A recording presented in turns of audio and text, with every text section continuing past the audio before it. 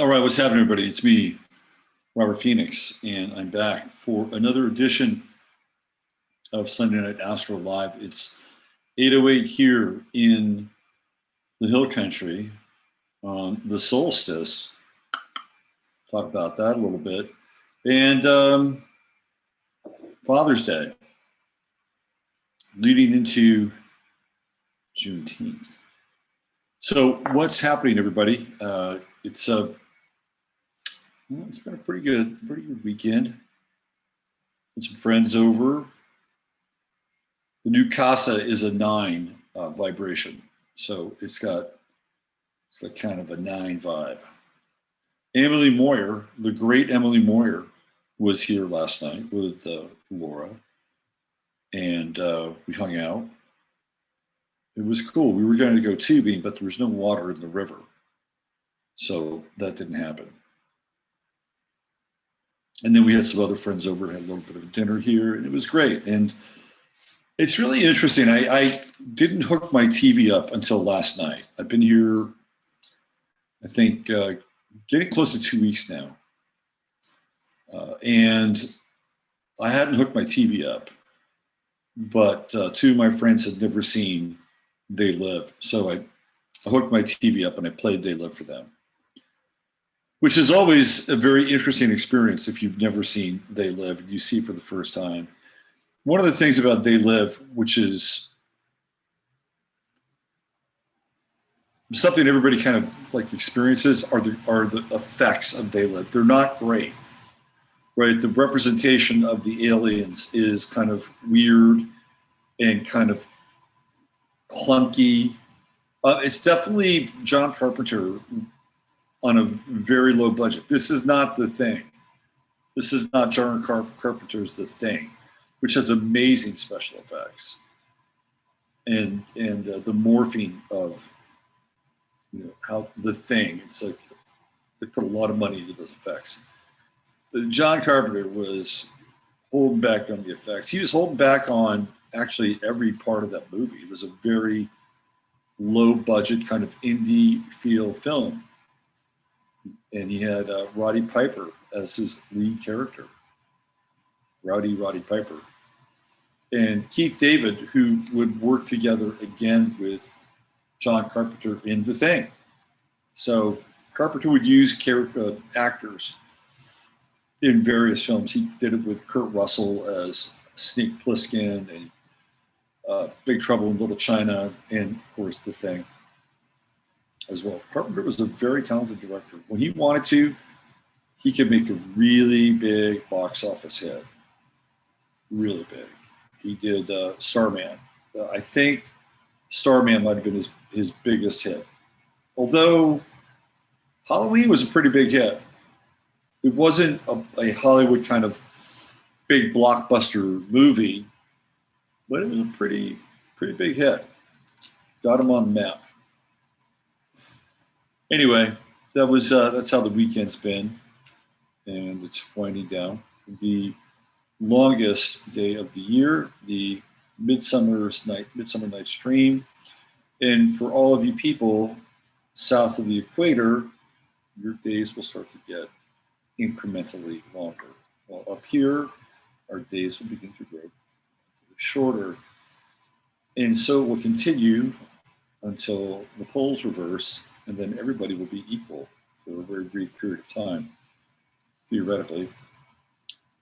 We've got a guest tonight who's joining me in the second hour.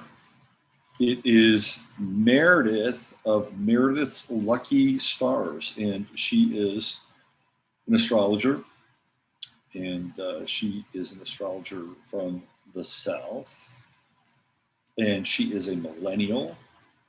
Painfully aware that she's a millennial, and we're going to get into some aspects of being a millennial and her perspective of being a millennial and a millennial as an astrologer. Right, so we're going to get into sort of the astrological generational cycle of the sort of the millennial code.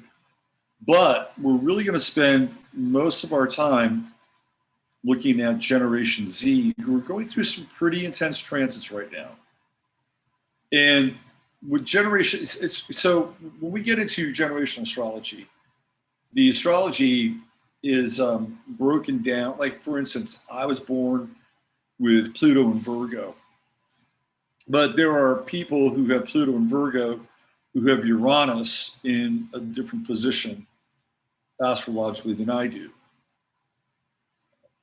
There are some people who were born in Pluto and Virgo with Uranus and Virgo. And Uranus had been in Virgo during the year I was born, but it had gone retrograde. So I caught that Uranus and Leo wave, but I caught it moving forward versus moving backwards.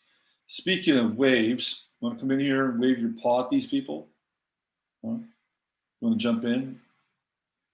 The real star of the show is here. Are you jumping in or what? What's your story? Yes, Jasper, the astrological cat, is in the house tonight. What do you have to say to these people? You're right, pretty much right on time. I started 6 minutes ago. Pretty much right on time. We got to get you some swag, man. Some Jasper the Astro Cat swag. Some T-shirts or something. What do you think? So your fans could have some Jasper swag. I think that's in the stars for you. Anyway, we're gonna look at what's going on with the Gen Zs. But like I said, they have some different, even though they're basically governed by Pluto in Sagittarius, they have Uranus in different places. Right, so you have this first wave of Gen Z comes in at 1996, and if I'm not mistaken, Uranus moves into Pisces.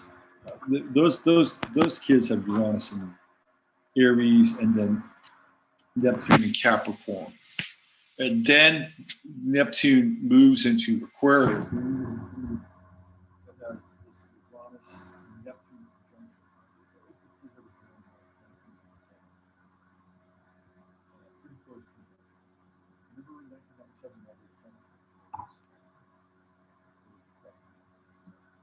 So then you have Uranus moving into Pisces. So kind of like 3 shades of Gen Z. We'll be looking at all 3 of them. And one of the charts that I got 2 Gen Z charts. In one of the charts that we're going to look at, because somebody requested it, is a chart of Nick Fuentes, who seems to be the voice of the very far alt-right. Some people accuse him of being an anti-Semite, a young fascist.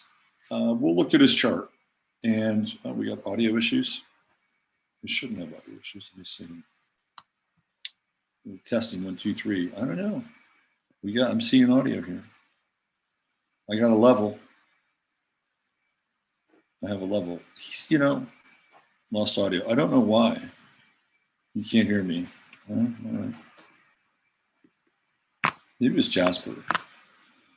Well, thank you for letting me know. What do you think? What about now? I see that mic going way up in the air, although it's just me talking into the computer mic, which isn't always really good. So I will have to put my headphones on when Meredith comes on the show. Better. Well, thank you. Let me just check my audio settings here. Let me see what we have.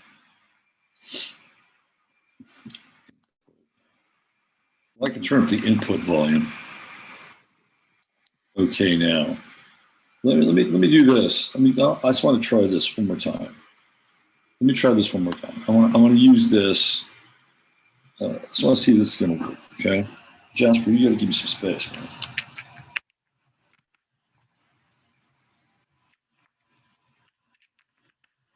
All right, how's this? How's this audio-wise? Is this a better audio mix here? Better audio? I'd like to lock it in. It's always Jasper. It's always Jasper. Jasper, his mission is to come in here and disrupt my show. That's what his mission is. Anyway, we're going to look at Nick Fuentes' chart, and then we're gonna take a peek at Greta Thunberg in Greta Thunberg's chart. She's a later Gen Z. She's 17 years old. Now watch it. You're gonna step on my stuff, man. You're gonna step on my stuff. You're gonna ruin the audio again. Yes, you are. You're gonna ruin it. No, okay. This is where you are a cat. You are a mischievous cat when you do that. All right, well, let me jump into chat and see where you guys are at. We're going to look at the chart of the moment. We'll check that out. We'll do that shortly here, and we'll look at where we are astrologically in the world. And then we'll bring Meredith on at the top of the hour, and we'll learn more about her, and we'll learn more about her journey with astrology, and we'll also get into generational astrology. Speaking of which, I want to give a big shout out to a good friend of mine who has just started her own astrology channel. Let me see if I can track it down here.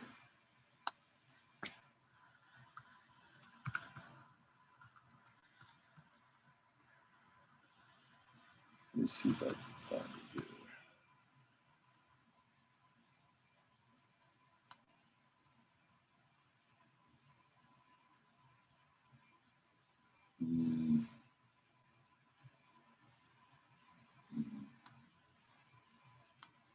Give me one more second. Let's see what we got.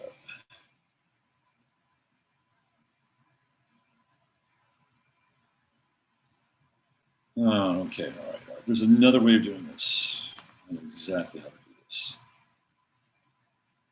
Exactly how to do this. Let me see what I can find.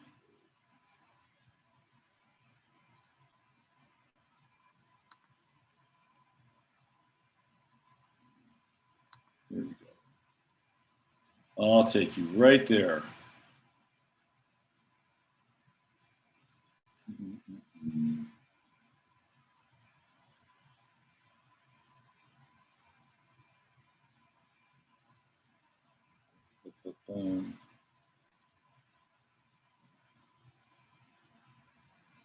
No, I can't find her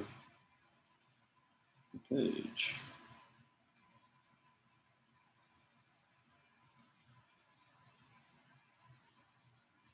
Now where did it go? Can't find her video.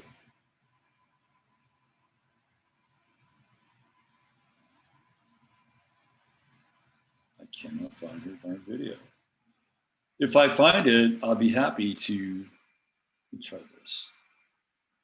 Let me do this. Because I definitely want to give her a shout out. Anybody that starts their own astrology channel deserves a shout out.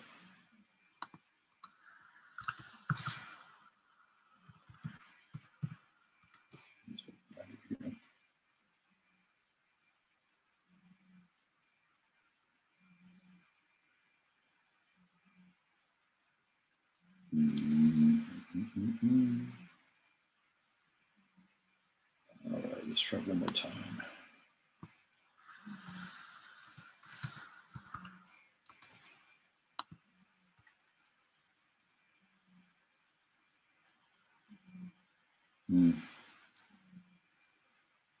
Okay, well, I'm seeing some weird stuff, but I'm not seeing her astrology channel. So Teresa, can you send me a link to your astrology channel in text? If you're listening, you might be listening, because I'd love to promote it. I'd love to promote it and give you some well-deserved props for jumping into the deep end and putting a YouTube channel together, which is not easy, especially if you've never done anything like this before and you're not necessarily tech, kind of tech centric. But I think it's really good for people to be involved in creating their own media. I mean, they gave us these tools. They gave us these video applications. They gave us podcasting. I mean, we have the greatest arsenal of tools available to us, maybe ever. Like, there's a lot of shitty things about modern life, including being entrapped by the tools, because sometimes the tools have their hooks in you. Like, I unfortunately have alienated some people because I cannot keep up with correspondence. When people think that I'm not responding to them, it's not because I'm not responding to them out of some like neglect or spite. I'm just my media flow is kind of overwhelming. And so if you have experienced that with me, I apologize. I'm trying to sort through and work through a lot of backlog stuff with and the way that, like, some people will communicate with me only on Skype. Like, they will send me Skype messages. And Richard, if you're listening, you're one of them, and I love you, brother. I love you, Brother Bear. But you only communicate with me through Skype, and I don't always have Skype on. And when I get there's your messages, and it's like, okay, I gotta catch up. So there's all these different like channels of communication. Well, there's Skype, there's Telegram, there's Signal, there's email. I've got 3 different emails. There's Twitter, there's Facebook. I've got text on my phone. So, I mean, yeah, we've got all these great tools, but sometimes it's overwhelming. And if you're somebody who does create media, and you don't have to be like somebody like huge or famous, but if you do create media, you get a lot of communication, because that's the way this thing has been set up. And I've always been somebody who has, decided that I'm going to communicate with people. I'm going to respond on pages and give my comments when comments are left, and I've been pretty, I have to tell you, I'll have people text me and carry on conversations with me, and I don't know who they are. And I know who they are, but I haven't put them in my address book. So I have conversations with phone numbers. Frankly, I don't know who they are. But it's okay, because I know what they're talking about, right? And every now and then I say, excuse me, by the way, who is this? And then they say, oh, right. So then I have to put them in my address book, which is another thing, right? Now I got to keep an address book, and all. It can be overwhelming. That said, having these tools at our disposal is, I think, are one of our frontline defenses at hacking away at the beast. Because I don't think that. I mean, let's play this out. I'm gonna use a word for, okay, because I can't use here. So let's call it the car theft. Let's call it the car theft. So the carjack. Let's call it the carjack. If the carjack was happening, okay, but now my head's in another place, because it did happen before, and it didn't have the same. I'll get there. Let's say the carjack was happening in a time where we didn't have this. The ability to share information to keep people from getting carjacked would be limited. It'd be limited. Everybody get carjacked, except there was a time I believe it was 1976, 76, 77, when they had the swine flu and Gerald Ford was carjacking people. Remember that? And people got, it was a very dangerous thing when people got carjacked. And I think there were 50 deaths attributed to carjackings.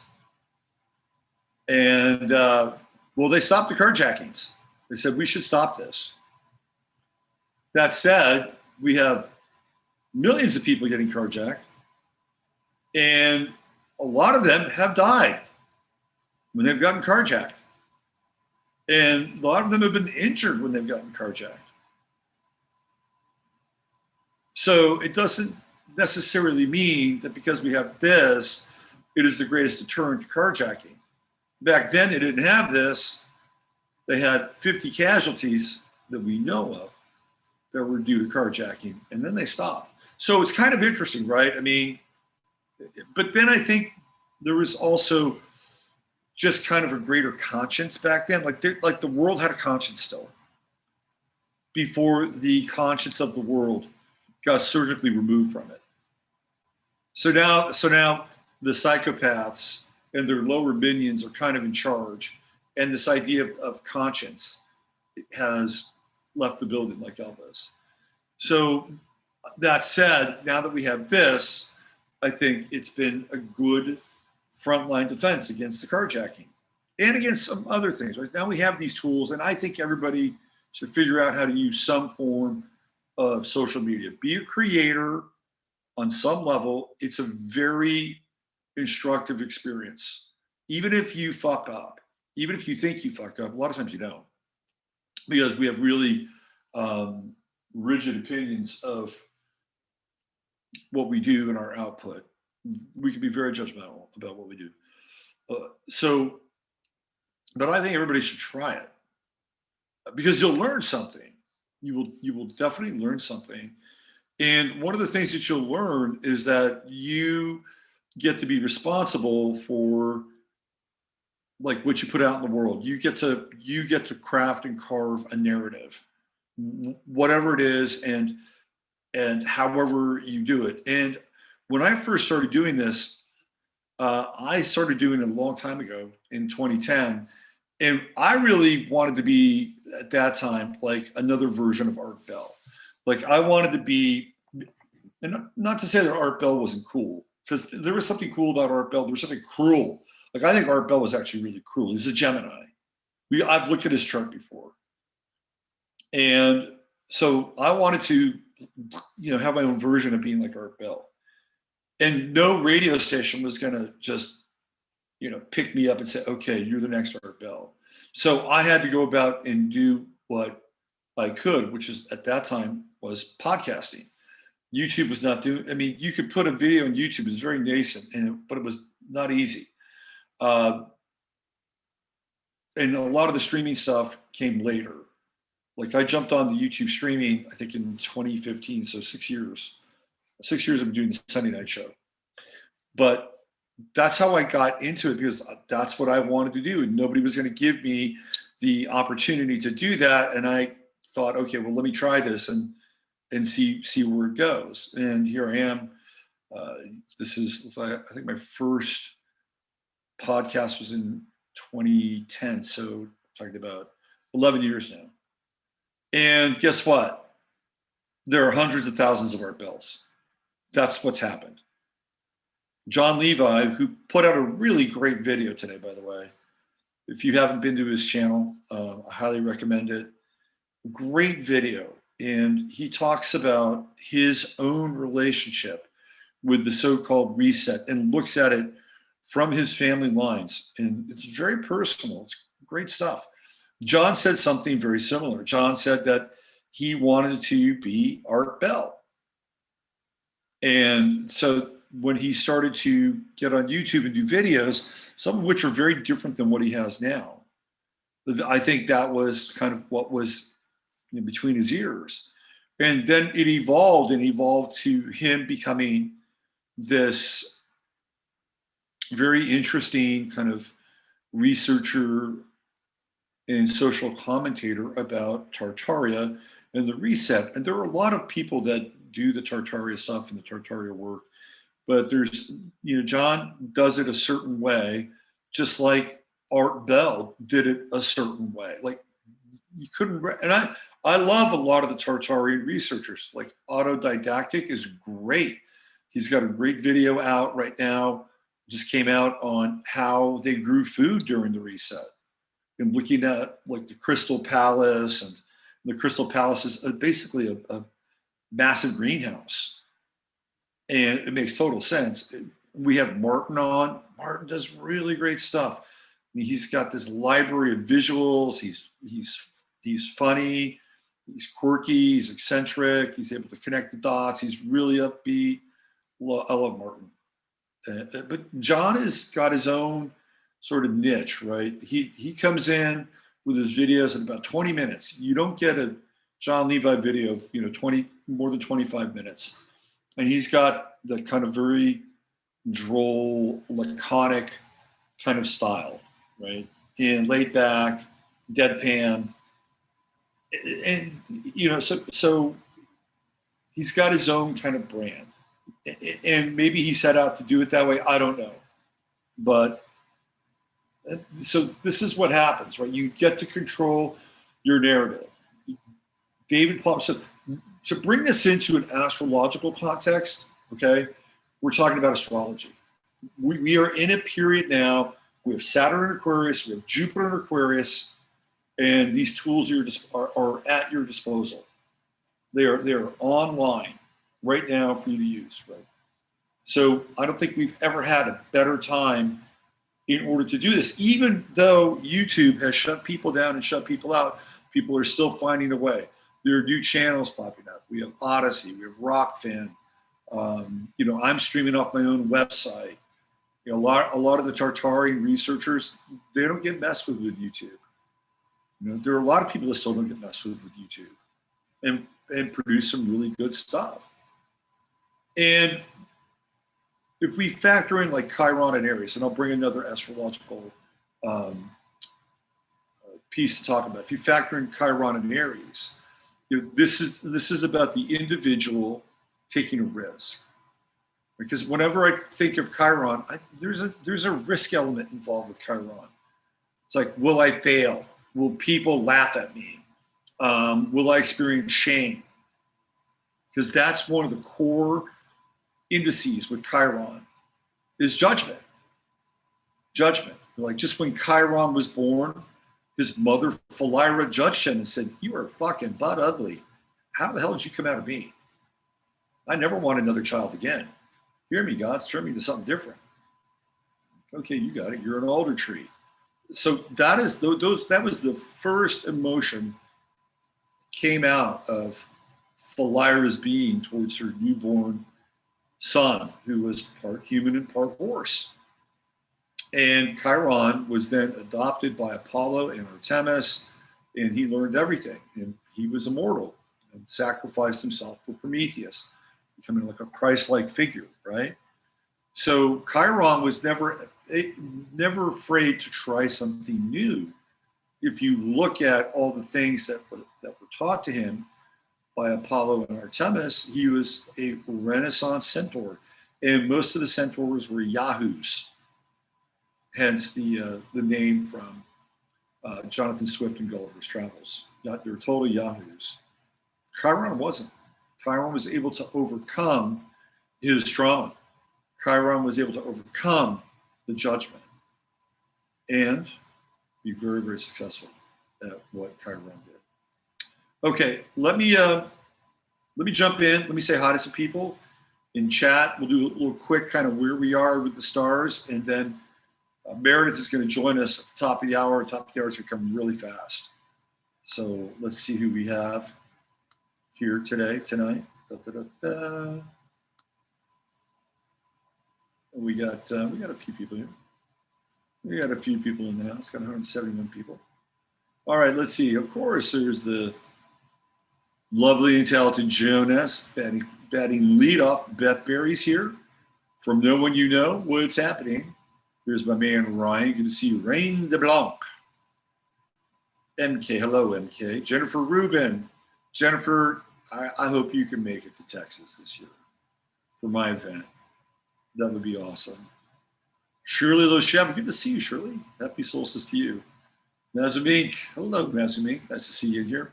Fup 77, thank you, Fup. Happy Father, happy, and happy Mother's Day, belated, Fup. Let's see, Wendy Eater's in the house. Thank you, Mazumink. To all the fathers in the world, absolutely.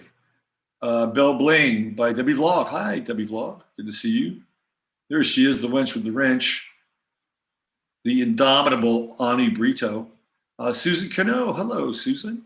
Nice to see you. There's Lils. Thank you, Belle. Appreciate that. Let's see. Synchronous just a minute ago, I was thinking Robert is coming on soon. Guess I'm now used to. Yes, I think, yes. We're getting entrained, all of us. Welsh Roses, guess what? I'm going to remove the moderator wrench, and the mantle of responsibility to moderate is off your back. You no longer have to do that. There's my man. Misaki and Welsh Roses, congratulations on reaching your goal. Your GoFundMe goal. State velocity. Way to go. Let's see. Nancy Hardy for the Harding Girls is here. Catherine Kramer. Hello, Catherine. Pack that TV away again, aside from They Live. I don't really watch TV. I do watch YouTube videos. That's about it. Chrissy, what's happening? I hope you can make it again this year, Chrissy. It's always great to see you. CC Jones in the house. What's going on? Gucci to go to G to G. Hope you're doing well. Michael R. What's happening, Michael R? There's my man Steve. I almost said Thieve. Thieve. If I was Truman Capote, there's my man Thieve. Thieve's here tonight. Marianne Smith. What's going on, MS? Hope you are surviving and thriving at ground zero in the heart of the beast. Let's see. T. Jordan. What's going on, Thomas? Good to see you. Kylie M is here. Tin Foil Tiara. TFT. Welcome. Julianne. Jane in Austin. Oh my God. You have to give your birthday now, Chrome. Emily was talking about a guy who makes untrackable phones. I'm going to find out more about that. There's my man, Charles Mazak. How about that Cole Beasley saying no to the carjack? Jasper wants more to be petted. Jasper is sucking it all in. Jasper is a positive loosh collector. Positive loosh. All right, we got to the sound part. We got through that, right? Audio is good now. Okay. Vera Sophia. I really like watching Nick F. Nick Fuentes is an interesting character. Very interesting character. We'll take his chart and we'll put it on the rack, and we'll see what's going on with this chart. Let's see. Twilithomist. I like that. American Quilt. Hello, American Quilt. Yes. No, Jasper's gone. He just came up here to do his little Uranus trip. Yeah, he did his little Uranus trip, and then he's gone now. Let's see. Who else we have here? Paul Tuttle, hey. Background noise. I don't know what that is. Maybe it's, hey, Benito, what's going on, my man? Good to see you. April Himmel. Hello, April. Justice Moody. Hi, Justice. I think, Kitty, your sound is low. Now it's good. Okay. All right. I hope we're okay here. When Robert started talking about Uranus and Gen Z, Jeff said, I'll show you what I know, right? Jasper's he's a Taurus, so I think he's having a Uranus transit on his sun. That's what I think. Lynette Jardine, what's going on, Lynette? Mark Galloway, hello, Mark. Tom Dar. Okay, here we go. I also indeed hate preaching to the choir. Let's see who else we have here. Carjacked. Yes, we're going to call it carjacking from now on. Recently, 4 British airline pilots died after getting the carjacking. Yeah, I think that's going to affect international travel in a big way. I think the carjacking is. I think they may even shut down international travel due to carjacking. Both Art Bell and George Norrie are gems. Well, I don't know. They're both Geminis. Oh, they are gems. That's right, gems, meaning that they're Geminis. Yes, they are gems. Absolutely. That's interesting, right? You know what else is interesting? 3 people who I think in some ways have something in common are all Geminis too. Jordan Peterson, James Lindsay, and who was the third one? There was somebody else, Jordan Peterson, James Lindsay, and somebody else who's a Gemini, and they're all kind of in the same pocket. They're all in the same pocket. If it'll come to me, I know it'll come to me at some point. Let's see. Hey, Nathaniel Graham, what's happening? Lux Chameleon. Okay, let's see. George will not let me on the show for whatever reason. George will not let me on the show. Hold on one second. Let's do this. Let me just do this.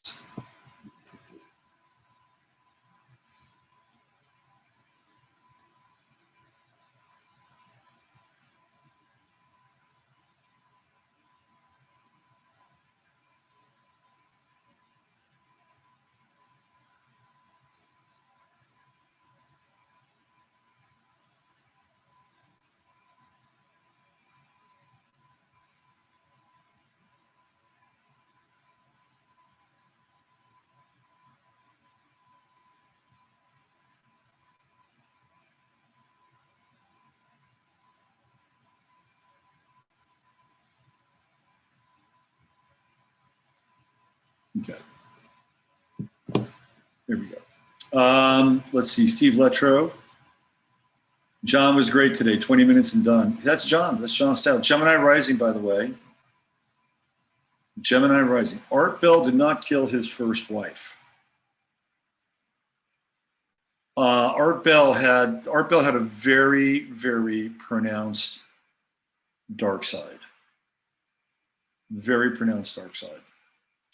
So one of the things that I heard, and it had to do with somebody who was involved in a relationship with Art Bell.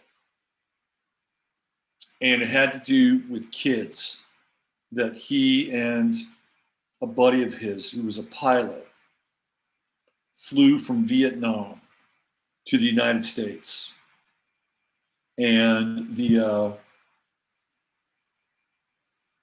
story wasn't great. Let's just put it that way. It wasn't great. So the sort of the subtext is that they flew these kids. It was during that time when everybody was trying to get out of Vietnam, right? The North Vietnamese were coming in, and so this guy was a commercial pilot, and they got a plane and they flew all these kids out, and apparently there was ill intent behind the bringing of the kids into the country. Okay, I'm just going to leave it there. And this woman did an interview, and she was involved with Art Bell for a while, and she didn't seem like she had an axe to grind. She seemed like somebody who was actually kind of scared, not weird, but kind of like, I'm talking about this, and I'm not sure, how it's going to go, that sort of thing. But Art Bell had a real dark side, and there was a very strange event with his kid, and there was a lot of weird shit around Art Bell. And then he comes back, and it was a flop when he came back. And everybody couldn't wait till he came back. and it was a total flop. And the medium wasn't good enough for him, and I don't know what his problem was, but sometimes you cannot go back. There's that old adage, you can't go home, and he could not go back. I remember one time I quit a job and I had a really great time at the job and I was really good at the job. And when I went back, nothing went right. I quit the job, I went back and nothing went right. It was a complete 180. And no matter how hard I tried, it was just not working. It wasn't working. It was terrible, actually. So sometimes you can't go back. It's just the way it is. And he couldn't. But there was definitely a dark side of that bell. George Norrie, firstly, I think they're both intel. George, he's got a background with naval intelligence and some other interesting things. I think George is a gatekeeper. I'm not afraid to say that. I think he's a gatekeeper.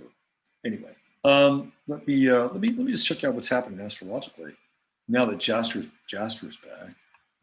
And Meredith's going to be here in 10 minutes, so we should probably look at what's going on here. All right, Jasper. You couldn't get enough, could you? Yeah. Now you're talking. Yeah, I know. Your fans love you. Yeah, they do. He thinks he's being paid by the meow. That's 5 meows. It's like he's got some sort of bonus clause in his contract or something. Do you have any more in you? Anything else you want to say? Do you have any other meows of wisdom? All right, let's look at the chart of the moment here. Let's see where we are.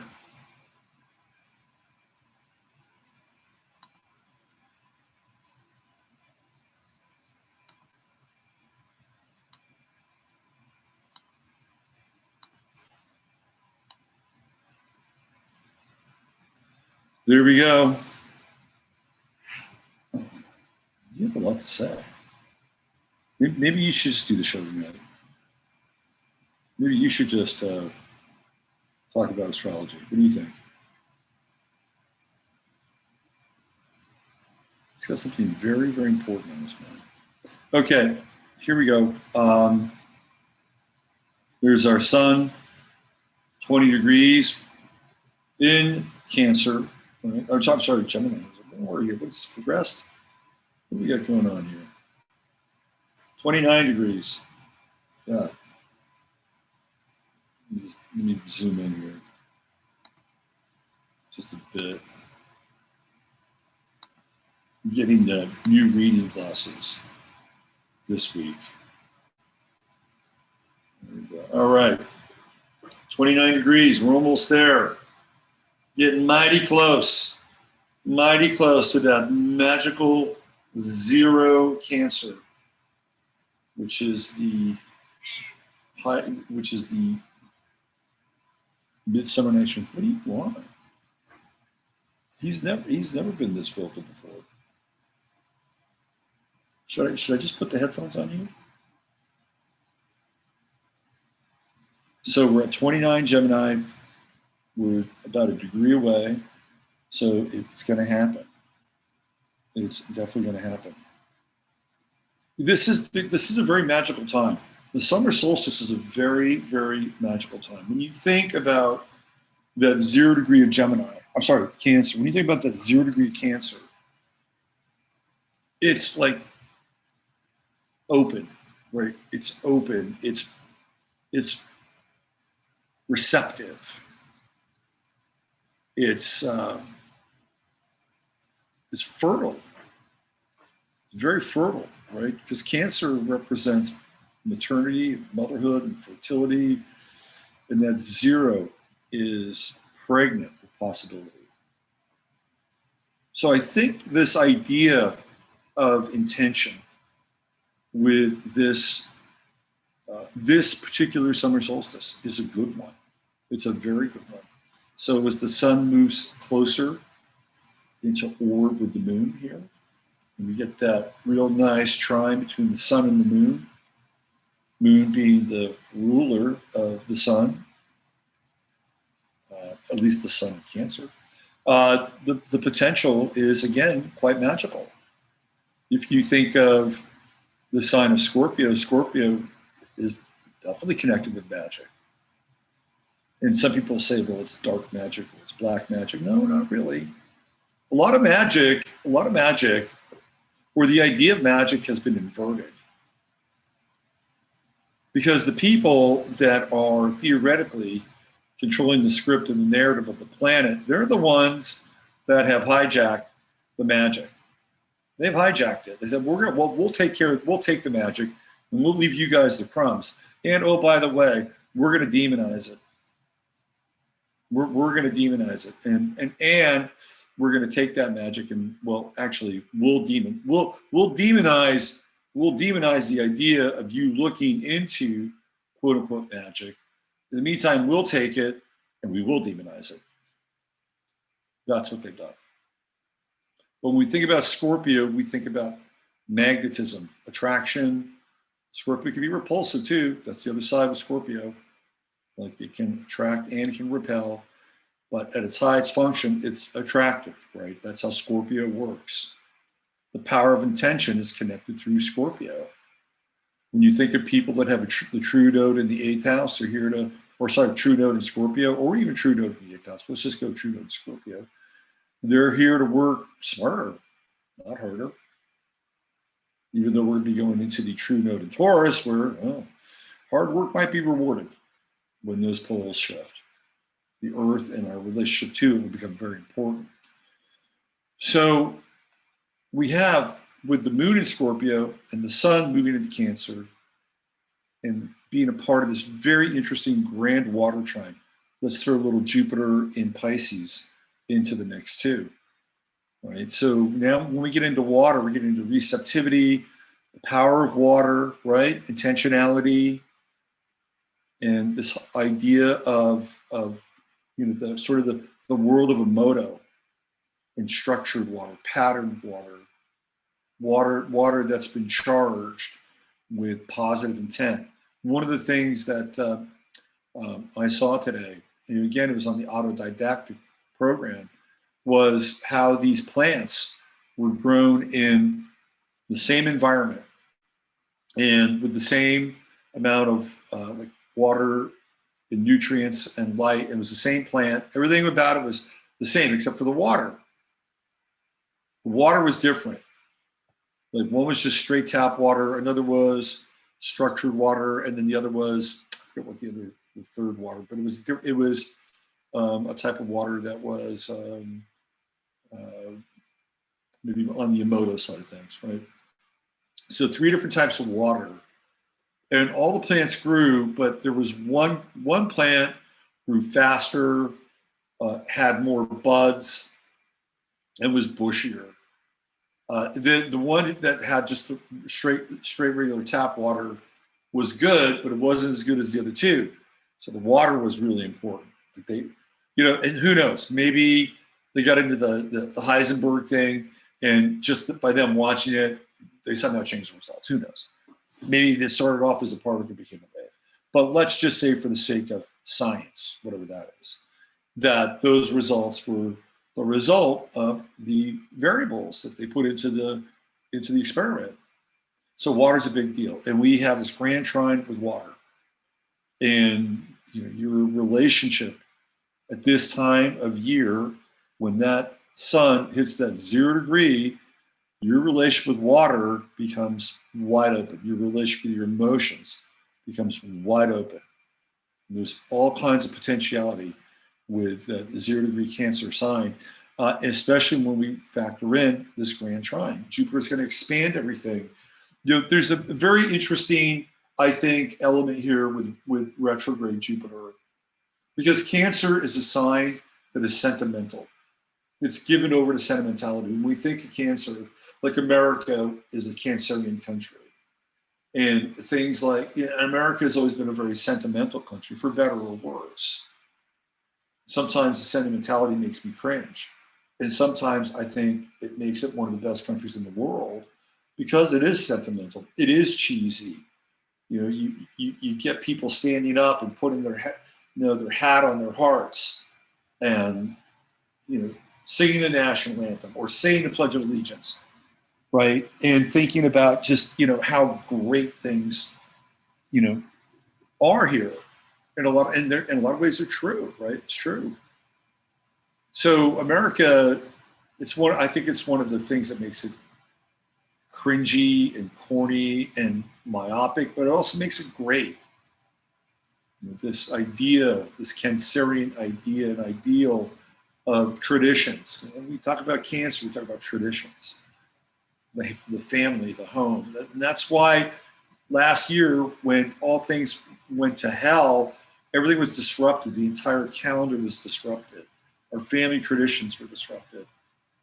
And last year there was some sentimentality last year because the true node was in Cancer when all this started.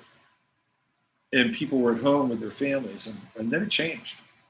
And then it got really unsentimental. And then we went into the hellscapes of Black Lives Matter and Antifa America. Terrible. One of the worst summers I can remember ever in my 60 years on this planet. Terrible. I was too young to remember the summer of '68. I was only 8 years old. Although I could feel some good. I could watch the TV at night. I knew something wasn't right. So what is your intention? What is your intention going to be? You have a 24-hour window here to draw something into your life. And with the Jupiter retrograde, it has, I think, something to do with the past. Right? Something to do with the past. Something that maybe you fucked up at one point in time. And you want to heal that thing that you fucked up.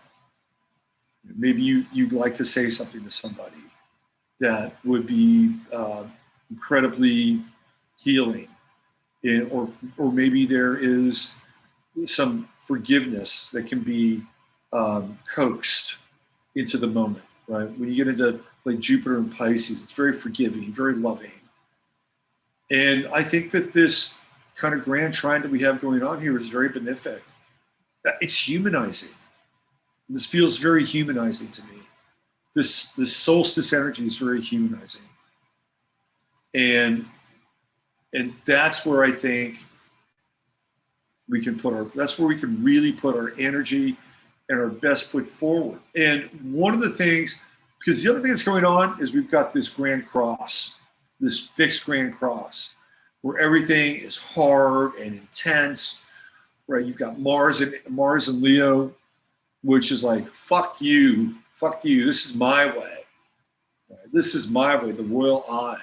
And then you've got Saturn in Aquarius opposing Mars, these forces that are in opposition with one another. So this and the moon is playing a role in both of these algebraic equations, right? In the Grand Cross, in the fixed Grand Cross, which is alchemical, by the way. All the fixed signs are alchemical. Well, why are they alchemical? It's because when a change is made, it's made. Like, it's a state change. That's what happens. That's what happens. It's a state change. So we're in a period here where we have the dynamic for a state change, an alchemical state change with the potential for reprogramming and repatterning on a deep emotional level. This is a very special time. When I do astrology, when I look at astrology and when I look at like internet astrology and astrologers on Twitter, and sometimes I'll put something up there, I'll just say to myself, that is the most lamest fucking trivial shit I've ever heard. Like, the energies of this full moon will allow you to make deep and powerful changes in a way that you've always wanted, and your life will never be the same. I'm like, okay. Well, I can't tell you how many times I've heard shit like that.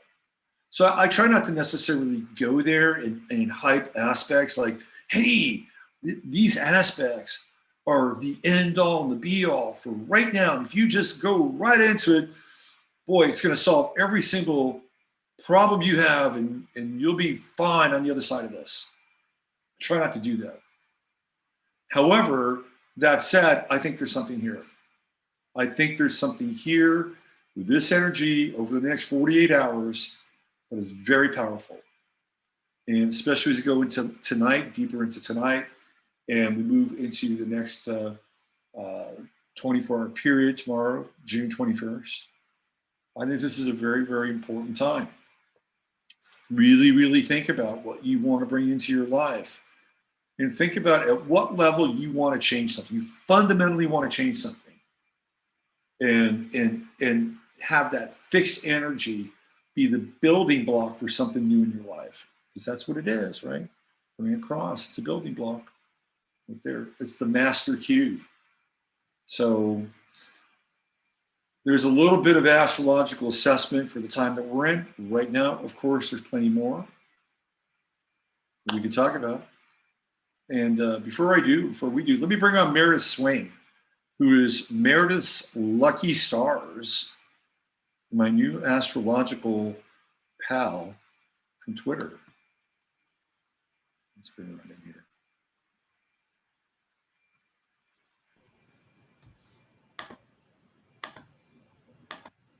That's quite the pose there, isn't it? Look at that. Looks like she's doing some power yoga. Speaking of restructured water, the power of water.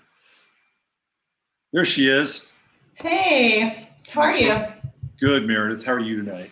I'm good. Can you hear me okay? Loud and clear. How are you That doing? is great. I'm good. Today was intense, right? Jupiter retrograde. I heard you talking about that life review kind of energy. Yep, absolutely. Yeah. Crazy. It is crazy. It is. And you know what? Today I went against I went against my own astrological sort of advice today. Mm. I decided to purchase a car today. So you purchased a what? A car. I bought a car today. Nice. Even though it's Mercury retrograde, I bought a car today because I just thought, we got the solstice, we got Father's Day. I like the energy, right? So it wasn't anything really fancy per se, or really that expensive, but it is a bit of an upgrade with what I've got. That's good. Congrats on your new car. Life does not stop, just because of the transits. No, and I've always been that way, right? It's like you just keep going. Same. But I did get married on a Mercury retrograde once, and I think there was something to that. Mm-hmm. For sure. So let's find out more about you and your background. So you're North Carolina, is that right? Mm-hmm. Yeah, I'm in Charlotte, North Carolina, which is an interesting place at the moment. Yeah. So why? Okay, now since you've used the word interesting, I want to know what's interesting about it. I don't know.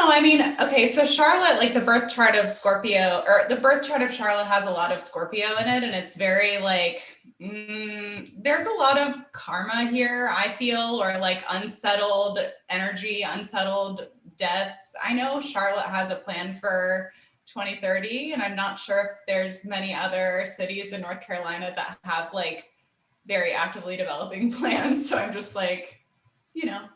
well, it's certainly part. It's certainly part of the research triangle, right? Yeah. Mm-hmm. And what is it? The University of North Carolina. Yep, Chapel Hill, mm-hmm. kind of in the triangle there, mm-hmm. right? Mm-hmm. Part of the theoretical COVID Wuhan narrative.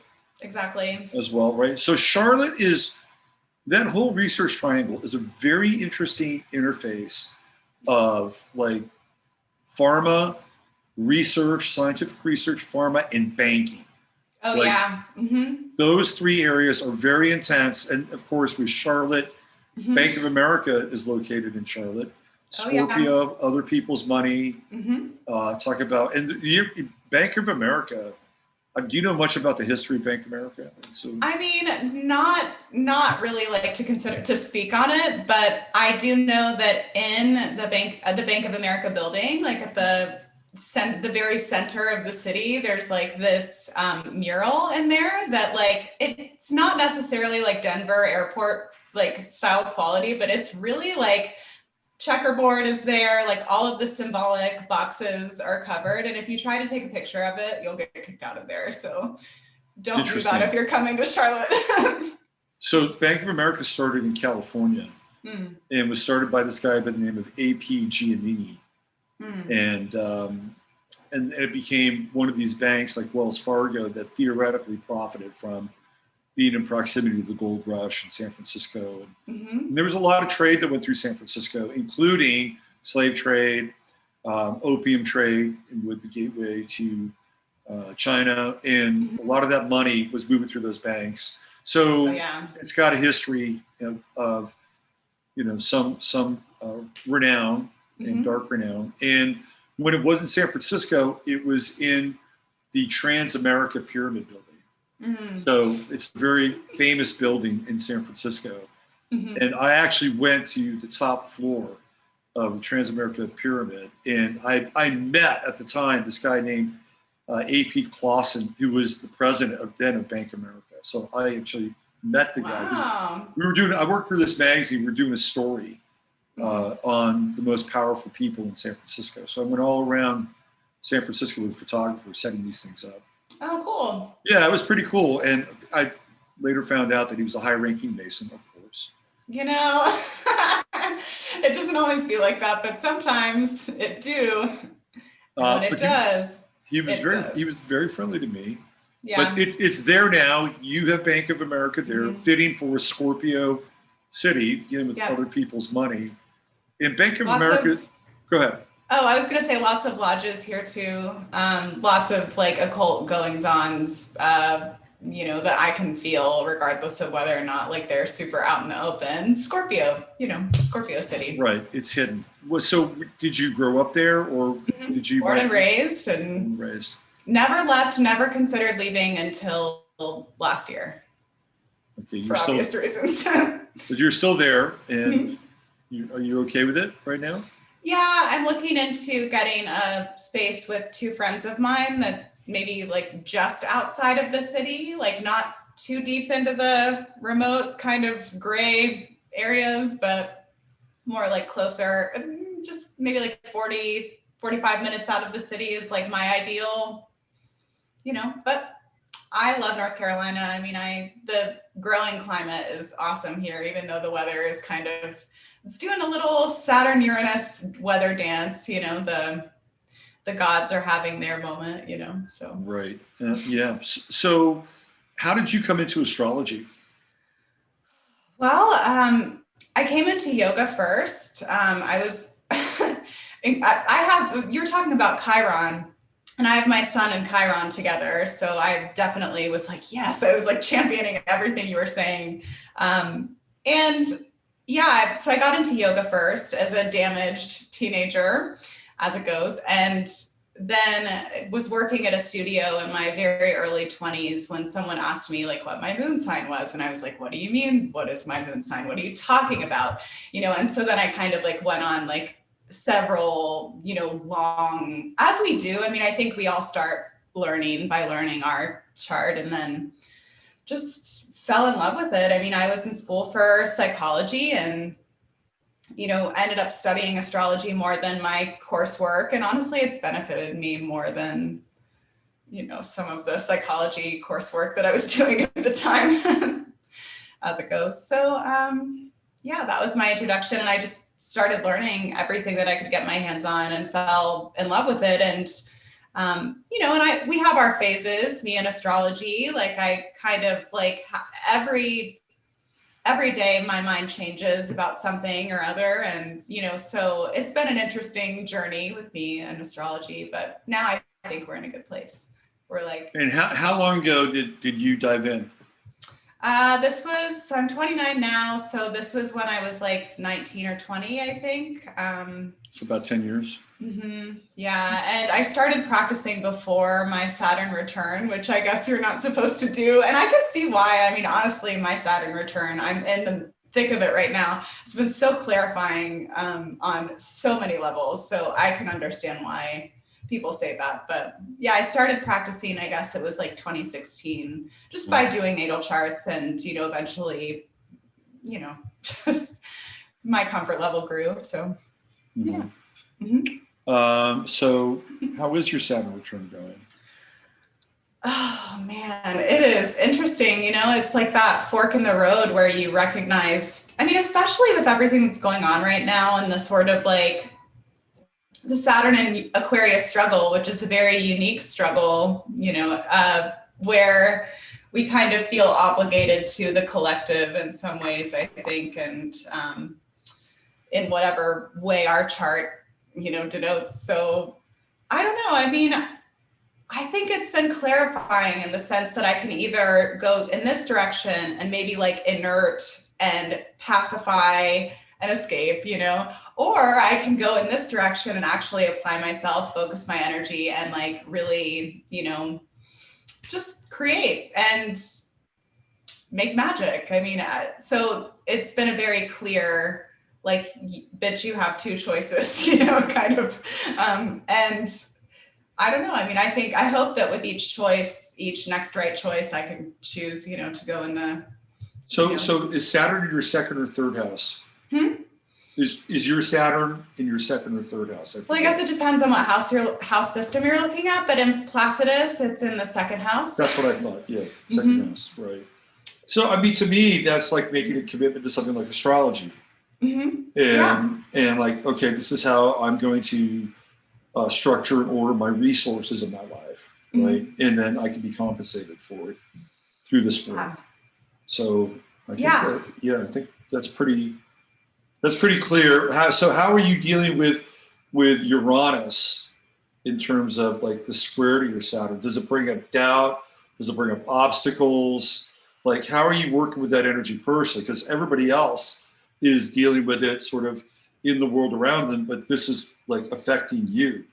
Well, I think it's affecting everybody in their own, in their own chart, in their own way. And I think it's one thing that I've been noticing, especially with people who are also in the Saturn Aquarius generation, like the people who are going through their first Saturn return right now, I'm noticing that, like, crap, I just lost my train of thought. Oh, you love the mind wipe. Wait. Okay, so I was talking about, the Saturn and Aquarius generation, I've noticed, there's some interesting dynamics between the micro and the macro. That's what I was going to say. It was just like how much the compression and like the, the obstacles or whatever are like mirroring so perfectly. For me, it's been mostly like allocating my physical resources in terms of like my energy, because I recognize that, like, I don't know. I mean, I'm a Pisces moon. I need rest. I need water. I like, just like you were saying, I need certain types of structured water. I need time. I need space. But, the square to Uranus maybe has brought up some, financial concern and instability, but nothing that I can't like outcreate or like, you know what I mean? Right. Yeah. Right. And then you've got Mars coming in on your Chiron and Sun here, right? Yes. Yeah. Yes. So all right. That's happening. Yeah. So 2 years ago, Mars was in Leo. In 2018. Yeah. So do you remember when Mars was in that transit, and what was going on for you? What was that like? Oh my gosh, this is a really, really good question. And I was thinking about this actually earlier today. So so I turned 27 on July 30th of that year. And then the day after that, it was like the last day at my day job. The next day was the first day that I was like full time, doing this work. And the next day, the guy that I was with, and I was living with him, he broke up with me, and then I was looking for a house. And then that weekend, I was in the mountains escaping from reality. So it was literally, and that was right after like wasn't there like there was a blood moon in 2018, right? Like right before that, I think. And that pretty much and I think Mars was with Saturn at the time. So it's interesting because it's harkening back to that, like, because now Mars is like directly opposite that, and Saturn is where Mars And the South Node, I guess, too, right? Right. Yeah. Yeah. Uh-huh. It's been a marathon, not a sprint. And I don't really anticipate that stopping. I mean, my soul is obviously hungry for some growth, and it's happening. So Right. So it's always interesting because, 2 years later, you've gone through a number of changes, and you're at a point in time in your life where you're kind of honed in on your Saturn return, and here comes Mars coming in and hitting Chiron and the sun, and it's like, I don't know. It feels to me like a double shot of courage, actually. Yeah, and it's interesting that you say that, because last year when everything started to kind of like amp up, and I started to have like a, hey, like I don't know, this to me doesn't feel like the ethical direction, even though like it's the direction that like things are moving in, so I definitely had to like make a choice of like, do I choose like my name, my reputation, or do I speak? And so obviously, because I'm a Leo and my moon is in the 3rd house and I can't shut the fuck up anyway, like I decided to go ahead and run my mouth. And that was challenging because last year, like if you said anything about like vaccine passports, you were conspiracy, so we call them high carjacking passports. Carjack passports. Carjack passports. Carjack passports. Yes, that is the code word. Carjacking. Carjacking. Sorry, yes. I know it's that you've been through the ringer with the whole. Yeah, and I just feel like I kind of want to keep this channel, like my other channel. I want you to keep this channel, so thank you for letting me know. It's okay. So, but it's kind of fun to use carjack instead of the V word. So let's talk. I've heard people use the word dancing. Dancing, yeah. I don't know why carjack came to my mind. It says something about me, maybe. So Scorpio rising is like Scorpio rising. Coming out. Yeah, it was Grand Theft Auto.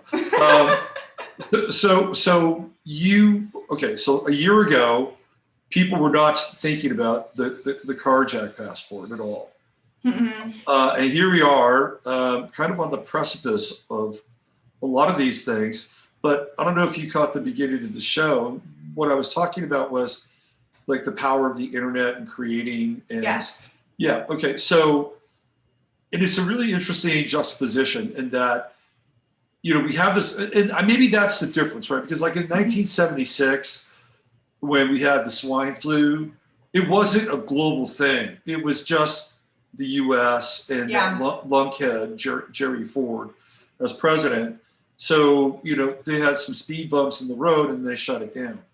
But now we have this global thing, and we have this global medium to kind of offset it at the same time, which I actually think is kind of cool. Yeah, I agree. It's definitely, and I was actually having this conversation on my Facebook page today, because someone, and this is somebody who's, I think, pretty liberal and like isn't used to giving, whatever, if you want to call it, the time of day, but happened to give me the time of day. And they were like, I can't help but notice that you're telling me how evil the media is on the media, and I'm like, yes. It's like one of those things where we can use this tool, I think, in like to our advantage, like you were saying. And, I think if more people speak out, if more people share information, the better. They can't kill us all. As much as they'd like to try. I mean, so, we really find ourselves in the true node and Gemini here with this discussion. Yes. Because it can go either way. And I think we've seen the sort of the bad fruits of it, but at the same time, we've also seen where I don't know how many countless videos have come my way, not just on YouTube. In fact, maybe not as many on YouTube, but let's say on Twitter, which ironically seems to be more open these days. I like Twitter. Yeah. So, but even through emails and Telegram and all these other mediums, right? I don't know how many like carjacking casualties videos have come through, right? And think about that on a world level. where people are getting hip to the trip, Mm-hmm. and Yeah. making sure that they're going to practice safe driving. And I think that's really, Yes. I think that's really powerful. Oh, I mean, the information is spreading like wildfire. And I do think that that's probably an unanticipated blessing in our favor with the whole internet, thing. I've been doing some research though into, this is pretty ape house dark, but I've been doing some research into like the internet, like 3.0 and like the fourth industrial revolution and all that stuff. And I'm planning on bringing it forward in some kind of like, like digestible astrological presentation that has like, a little bit of this and a little bit of this. And here I'm smiling, look, it's fine, but just to bring it forth in a way that people can understand it, because it's so like challenging to understand. It's like you look at some of these paragraphs and some of these articles that have been written about, this 2030 thing, and it's like double speak, and it's like a map of mirrors, and it's like, it's really interesting. Speaking of Gemini North Node, it's like wow, what am I even reading? How am I capable of reading this? Yeah, I mean, but if you go into like the Frankfurt School and you look at their literature, that's how that stuff is put together. Mm-hmm. It's always sort of like this double speak and double layers, and Theo Adorno, who comes out of the Frankfurt School, mm-hmm. He's kind of famous for that style of expository, right? If you call it expository. And that's why they need somebody like Noam Chomsky, theoretically, to break that shit down, because there is definitely a method behind that madness for sure. What's really real quick Gemini thing. Of course, this Marjorie Taylor Greene. You know who she is? Yes, I am neutral to her. So she's a Gemini, okay? Mm-hmm. And she just did this press conference last mm-hmm. week where they were, these I think they're Republicans. Yeah. And they were getting together to create a bill to fire Fauci. That's so awesome. she was the tip of the spear on this thing, right? But while they're talking about everything that he did wrong, they're also talking about everything that everything that the vaccines are doing right. So there's this weird Gemini thing going on. Mm-hmm. It's kind of like the double speak. Mm-hmm. And you've got a Gemini who's out in front mm-hmm. doing this thing, and it's like, mm-hmm. you gotta be kidding me. Yeah, this is how they seduce people. This is how they hypnotize people. I know. It's literally like, I mean, if I were to want to like sit here and like cry about it, like I really could, because it's like MK Ultra, like on a mass MK. It's like it's the lot of confusion, and it's like it's creating like these fractures in people and energetically. Yeah, because that's the other thing. Like I leveled up in my abilities quite a bit with the Saturn return, which is definitely like, thank you, but also what the fuck, like, and just the things that I'm seeing are like energetically with people are very interesting at the moment. So let's fast forward a little bit, because this Gemini stuff is going to resolve itself. Next year we have the True Node moving into Taurus, South Node moving into Scorpio. Yeah. So theoretically, right, whatever's been fragmented or whatever has been split apart should theoretically come back together again, or at least there would be form. Like that would be the sort mm-hmm. of the outcome of this thing, which means that like we have a lot of runway between now and that True Node moment where everything is like fixed and kind of locked in and cement, right? Yeah. Yes. Oh wow, that's interesting. What do you think? I mean, do you think that we can? Because I think this thing could go either way right now. Me too. With Gemini, it could go either way, and I think we have a lot to do with it. But what are your instincts telling you, and what do you see sort of celestially that might line up in either direction?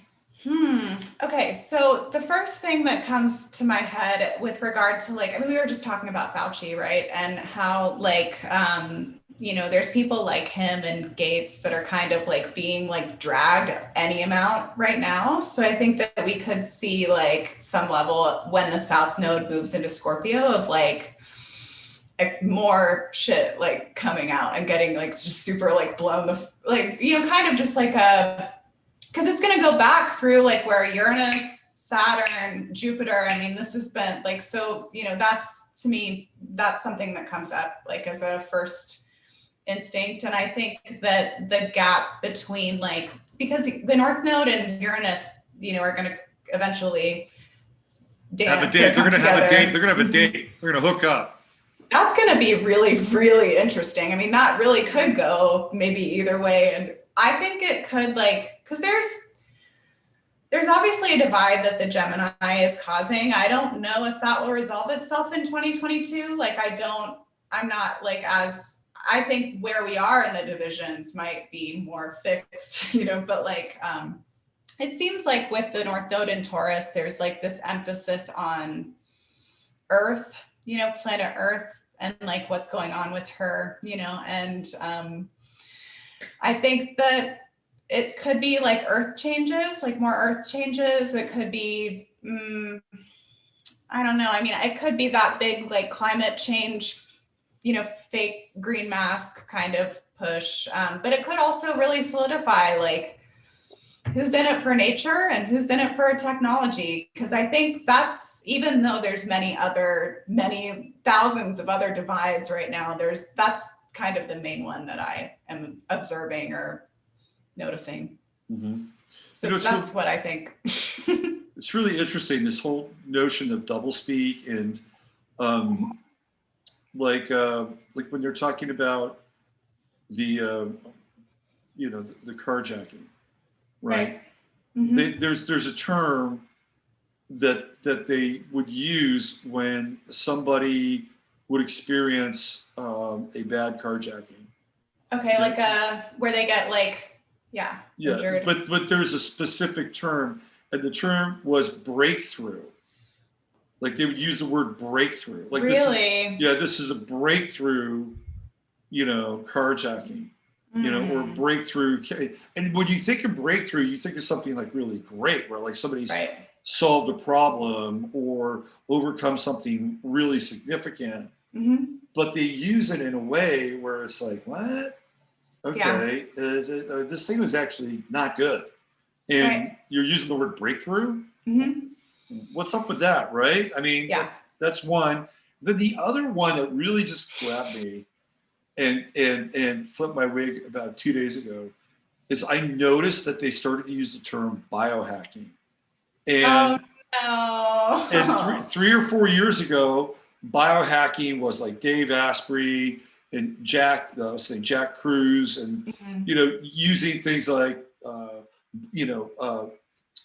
orange light and UV, and getting into like cold showers, and I mean that was biohacking, right? That's my shit. I love like the Wim Hof method and the Wim Hof showers and all that stuff. That's biohacking, but now that's not biohacking. Biohacking is implants. Biohacking, cybernetic enhancements, all that shit. It's all the interface between carbon and AI. So they've hijacked biohacking now. Now biohacking, I think, has now become the vitalist movement. Like again, it's Gemini. It's all these weird word games that are going on. Absolutely, and like totally.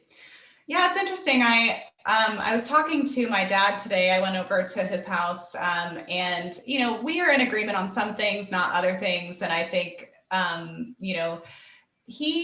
was talking to him, and he is like, kind of, he's a little bit disillusioned. I mean, he would be silly not to be, maybe, right? So I was telling him like, because I feel like we're in some level of like an inverse, and I was actually looking before we, connected tonight on, when some of these transits that we were going to talk about like shifted, and I have notes and stuff, but like, I think that maybe somewhere in there we were put into sort of like an upside down, inside out, right side, front, back side, who fucking knows, yes is no, right is wrong, good is bad, And so whenever I'm listening to the news, I told him, I was like,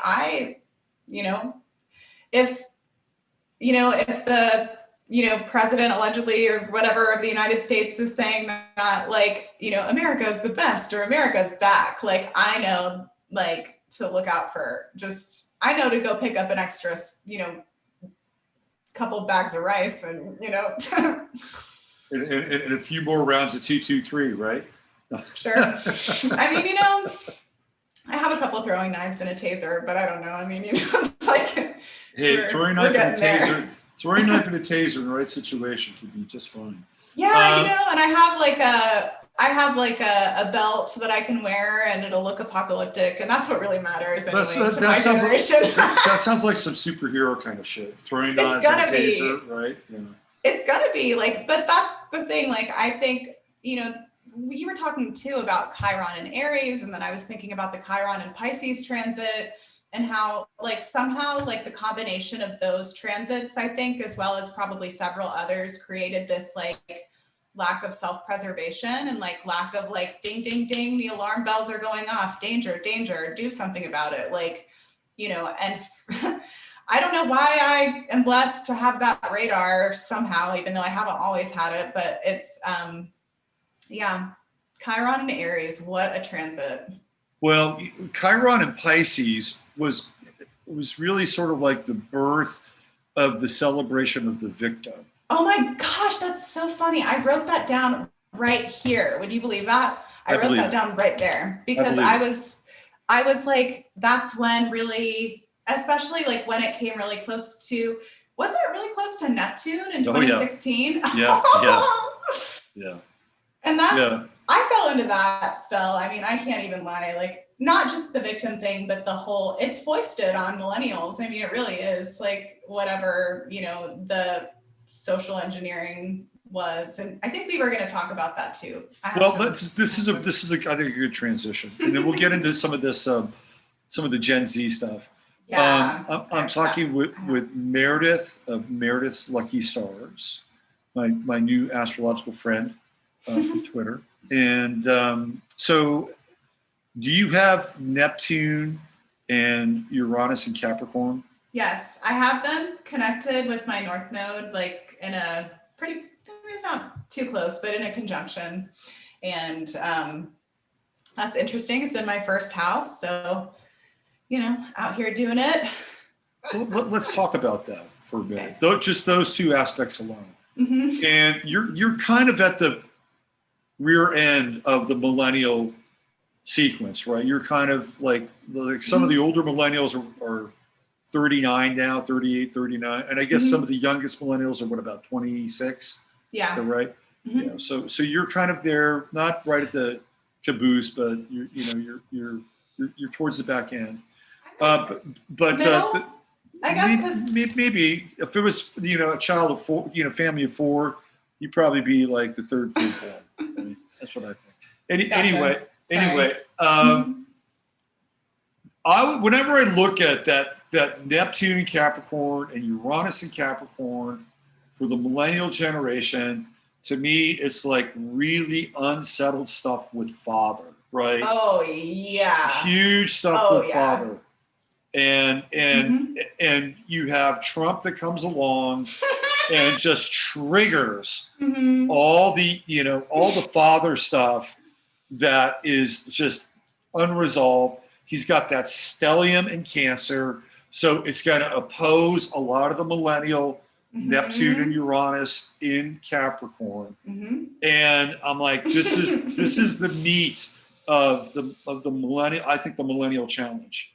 And about how they, number one, resolve that issue, because it also connects to culture, right? And number two, how do they become an active participant in the transformation of culture without being engaged in the act of blame, right? I think that's the big piece for the millennials, because I do think millennials have a lot of juice. I really do. Yeah. Well, totally. I really do. But they have to resolve this Neptune-Uranus thing in the chart. And a lot of them have already gone through that Saturn conjunction with Neptune and Uranus, and even, you know, some Pluto conjunctions there as well, transit Pluto. So what are your thoughts on that? And let's dive right in and let's talk about your generation. Yeah. Okay. So the first thing that like comes to me with that is like so much potential, like with Uranus and Neptune together, like in any sign. I mean, that's just like incredibly ripe, like creative energy, like even in a sign that can be kind of like stifled at times, like Capricorn, right? Like it's like very, you know, I think it's very Renaissance-ish, you know, to me, that's so much potential and creativity. But I've done a little bit of digging into, you know, 90s television, like at, you know, certain times. And I do think that because of the amount of potential, there was I mean, it's no secret that the levels of, you know, control and of, you know, augmenting our, you know, our fields, our bodies, our DNA, you know, all of that stuff has been going on. And I think that that's like, with the potential comes the,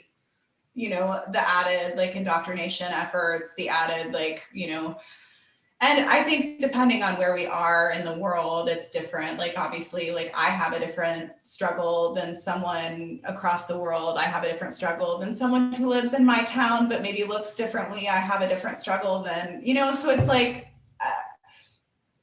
yeah. And I think that there's also, with Uranus and Neptune conjunct, it kind of reminds me of like what's going on right now with the systemic change and kind of like being like almost like pre-installed with like Armageddon consciousness and like just like, you know, like kind of like hardwired with that. And it's like, I don't know, there is something to be said for the creation of the victim and like the like praise of the victim and all of the places that the savior, victim, martyr, all those archetypes get like fucking like, you know, tossed around everywhere. Literally, you can't walk outside of your house without seeing it these days. But I think that too, I mean, it is kind of that kind of existential, like for one reason or another, whether you believe it's because of like naturally occurring, totally not forced evolution, or if you believe that it's because of forced evolution, look at the world that we are left with. Like, you know, I mean, that's also real. So, and then Uranus and Neptune and Capricorn generation, I would say also has Pluto and Scorpio, right? Like there's not, you know, so you can't have one, at least in this little like 4-year, you know, age bracket without the other. And Pluto and Scorpio is ancestral, it's karmic, it's ugly, it's dark. I mean, that 4-year window, like 1989 to like 1994, 1993 is dark. Mental health challenges, and I think facing the father in the church. And that's like a big thing too with Neptune is, you know, the spiritual, I mean, maybe Jupiter too, but I think Neptune has a component to that. Oh, absolutely. Yeah. And then like Pluto and Sagittarius, like really nicely like finished and like just really like completed that job, you know? So I don't know. Yeah. Those are my thoughts. Yeah. You know, I always found it interesting in that the two generations that I think are the most fractious in terms of this generational kind of conflict would be the boomers and the millennials. And of course, with the boomers, the vast majority have Pluto and Leo, which squares Pluto and Scorpio. Yeah. But there are other factors there as well. A lot of the boomers have Uranus in Cancer, which is going to be in opposition to the Neptune and Uranus that the millennials have, and a lot of boomers have Pluto. I'm sorry, what is it? Neptune and Libra. So now we get into the squares, right? So these two generations are definitely at odds astrologically, for sure. Absolutely. And yet they're kind of like these dark light mirror images of each other too. That's facts beyond, because both, and I don't necessarily I don't strongly identify with any generation, really. I mean, I'm kind of a weirdo, so I don't really know how much I put myself into that group. I'm not a joiner anyway, so I don't know. But I think both seem to be very obstinate on what it is that they believe. I think belief is just the enemy of knowing, especially right now with the South Node in Sagittarius. I'm like, come on, right, you know, whatever you thought was true, just wait 48 hours, right? You think so from now? No, during the South Node in Sagittarius. Oh my gosh, I know. My beliefs are changing every day, and I think it's really healthy to allow yourself that space to have change. Thank goodness for having a chart with high mutability, because I think people who are highly mutable are probably hanging in right now, you know? I got a lot of mutability in my chart. So the other thing too that the millennials and the boomers have in common is that if you go back in time and look at sort of the heyday of sort of the boomer generation, it's really, I think, for me, the boomers really come online around 1944. That's when they really I think some boomers are born around 1942, but they really come on in 1944. And by the time the 60s hit, you know, they're in, you know, full power, full youth power, you know, late teens, early 20s. And a lot of them are activists. A lot of them are political. Not all of them, by the way. There were some boomers that just did not vibe with that scene, but a lot of them were, and a lot of them got the attention of the media. And of course, there was the time when youth culture was sold. It was a big deal. Yeah. So they were going to lean into rebellion, you know, because rebellion was connected to Madison Avenue in a lot of ways. But it's an activist generation, and I would say that the millennials are an activist generation too, right? Yeah. I mean, whether it's the whole thing with, you know, critical race theory, or you know, a lot of the stuff that has been peddled in the universities that basically the boomers took over. By the way, the boomers took those universities over. Bill Ayers and the kind of the radical left came in, and they went in and they essentially reworked the educational programming. And what we're seeing now is an outgrowth of that.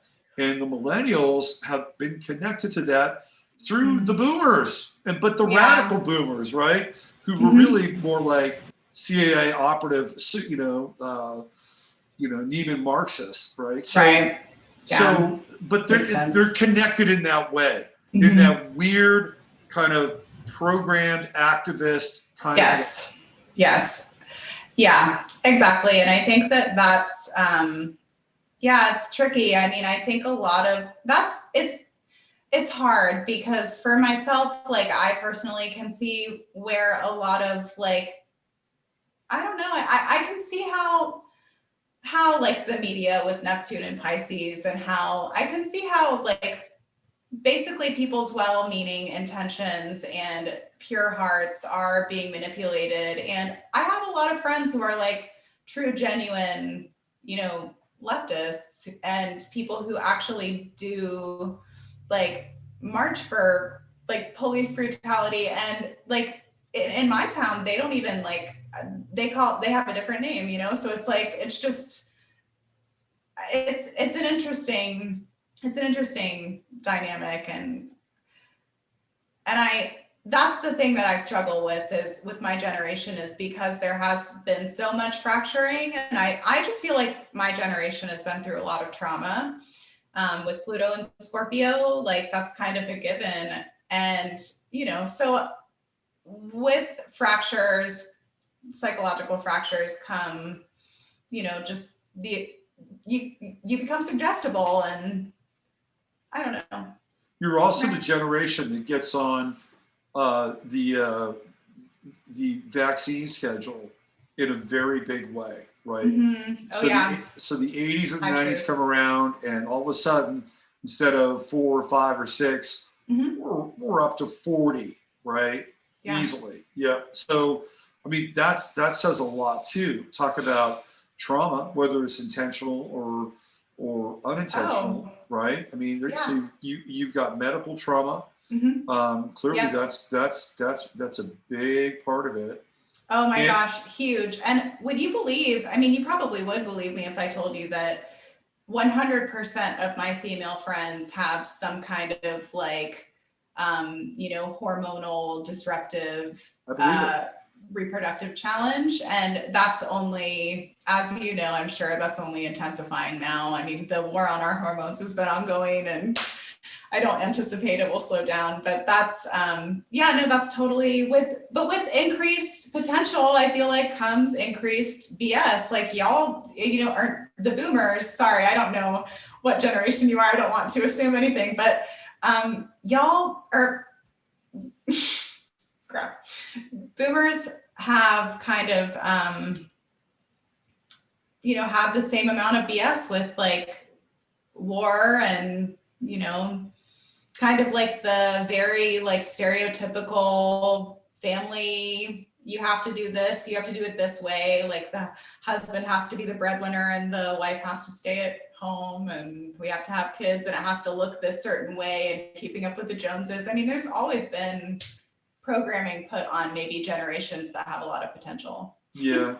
I wouldn't necessarily call myself a boomer. Sorry, I was like, that's okay. That's okay. I mean, up. because I was born in 1960. Yeah. And I have Pluto in Virgo. I have Neptune in Scorpio. So both of those are not what I would consider generational aspects for the boomers. And as I said at the beginning of the show, I was born during a time when Uranus was in Virgo, but it had gone retrograde when before I was born, and then went direct. So, I have Uranus and Leo, and I feel like there's this little notch of a generation from around 1958 to about maybe 1965. Yeah. That is like kind of its own thing. Totally. Right. And I talked about this before. There are these little kind of interzones of generations. Like I know people that are late Gen X, and they're kind of like, where am I? Right. I'm supposed to be Gen X, but sometimes I feel a little more on the millennial side of things. Like David Palmer actually reminds me of that in a lot of ways, also because he has a lot of intensity in his life too. So I don't necessarily vibe with the boomers per se. I mean, they had a very different experience. When they were, burning flags at Berkeley or dying in Vietnam or whatever. Right. I was a kid. I was like 6 years old. I was 7 years old. Right on. I was not privy to that world. Okay. Makes sense. So yeah, I mean, but I feel like you guys are like, in a Gemini sense, these interesting kinds of polarities, but have maybe more in common than you think. Absolutely. In a lot of ways, more in common. I agree. The other thing about the being a millennial, and for me, it's like not just where the planets were when you were born, but like what was going on socially, right? Yeah. Like, what was in the air? And for me, the 90s were really dark. Like the 90s were this really dark time. Really, I went through a dark phase, with Pluto and Scorpio going through my 12th house and hitting my ascendant, right? So I just remember the 90s, and I'm like, okay, if this was the atmosphere, the celestial atmosphere, where the bulk of the not the bulk, but a large chunk of your generation was born, it's like, wow. And even getting into kind of the late 80s, like the late 80s are also, but the late 80s, there's this pivot point, like in 1988, right? 1988. Uranus and Saturn. Yeah. So there's this pivot point in 88. Heck yeah. It's the last year of Reagan, and George Bush is about to become president, right? And that's when everything makes this really dark pivot, is right around there. Yeah. And the economy, which had been really, really good under Reagan, all of a sudden now we go into this recession. we're headed to Iraq. There's chatter about the New World Order, and boom, the 90s are off and running, right? So it's just a dark period of time in general, and that atmosphere comes through, I think, in your generation. The other thing that I think is interesting about your generation is that with Pluto and Scorpio, you're the first transpersonal generation, right? I mean, if we rewind the clock and go back into Pluto and Aries, like you have some of the people who are really instrumental in sort of setting the stage for the Industrial Revolution, are born during Pluto and Aries. It's very individual. It's like, let's take the resources, let's grab them, let's do all this stuff, right? And we go through all these different cycles of Pluto. We get to the Gen X generation, Pluto and Libra, right? We're achieving or trying to achieve this cultural homeostasis. And then it goes right into Pluto and Scorpio, drops right off into the 8th house, the Marianas Trench of the chart, and you guys are transpersonal. That's what's different about your generation than everything else before it. And it's this interconnected network of psychic connectivity. Absolutely. So do you have an experience of that with other millennials? And if so, what is that like?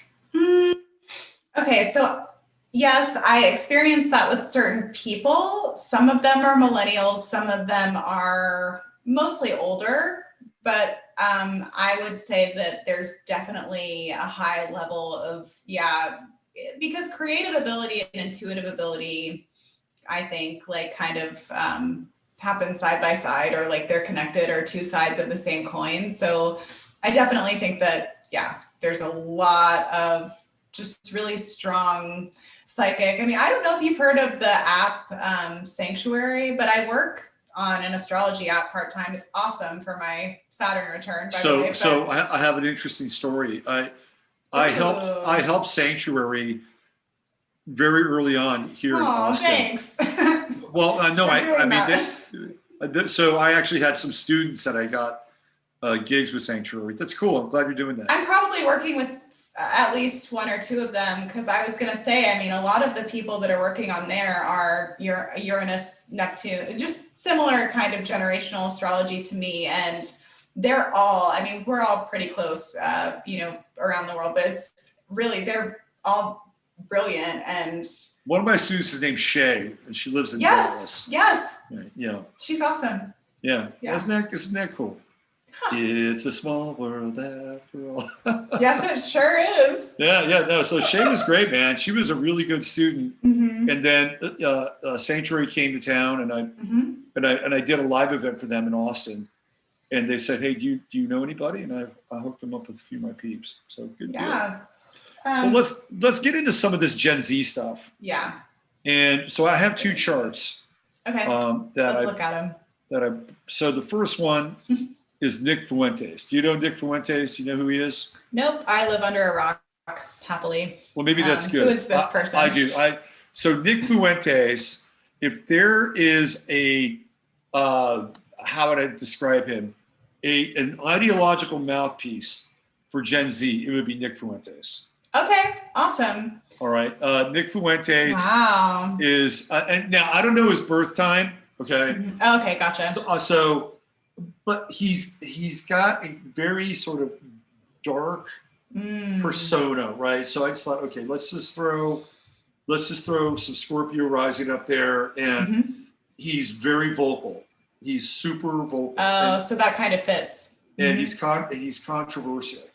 Yeah. So he's been labeled. He was banned. He was banned from flying. They put him on a no-fly list. Seriously? Wow. Now keep this. Okay, this is with a grain of salt now, because sometimes they will do things to people in order to give them legitimacy, right? Oh yeah. Okay, right? Makes sense. So I'm just saying that on a surface level, this is what happened to him. He was banned from flying. And so there's the alt-right, and then there's the very far alt-right. Right? Oh. This is where Nick Fuentes hangs out. Oh, yikes. I mean, that's, yeah. So Nick Fuentes has had reputation. He's been labeled an anti-Semite. Okay, yeah. But you're going to find some of this in Gen Z, right?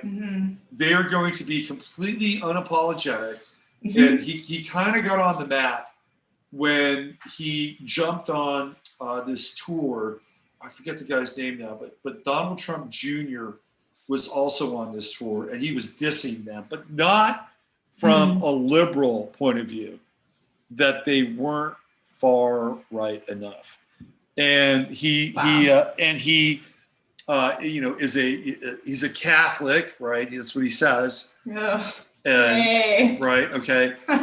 So Nick Fuentes has sort of become the lightning rod for Gen Z being unapologetically unpolitically correct. Okay. So they're going to be extremely freedom oriented, like with Neptune and Uranus and Aquarius. Are you fucking kidding me? Let's start there. Right. Try to control me. Right. Exactly. Neptune, Uranus, and Aquarius. Yep. And again, you're going to see this with people that are born right around this time, because Neptune is just starting to come into Aquarius here. It's in a retrograde phase. Prior to that, like the 96, 97, Pluto and Sagittarians have Neptune and Capricorn. Right, okay. They're at the tail end, but they do have Uranus in Aquarius.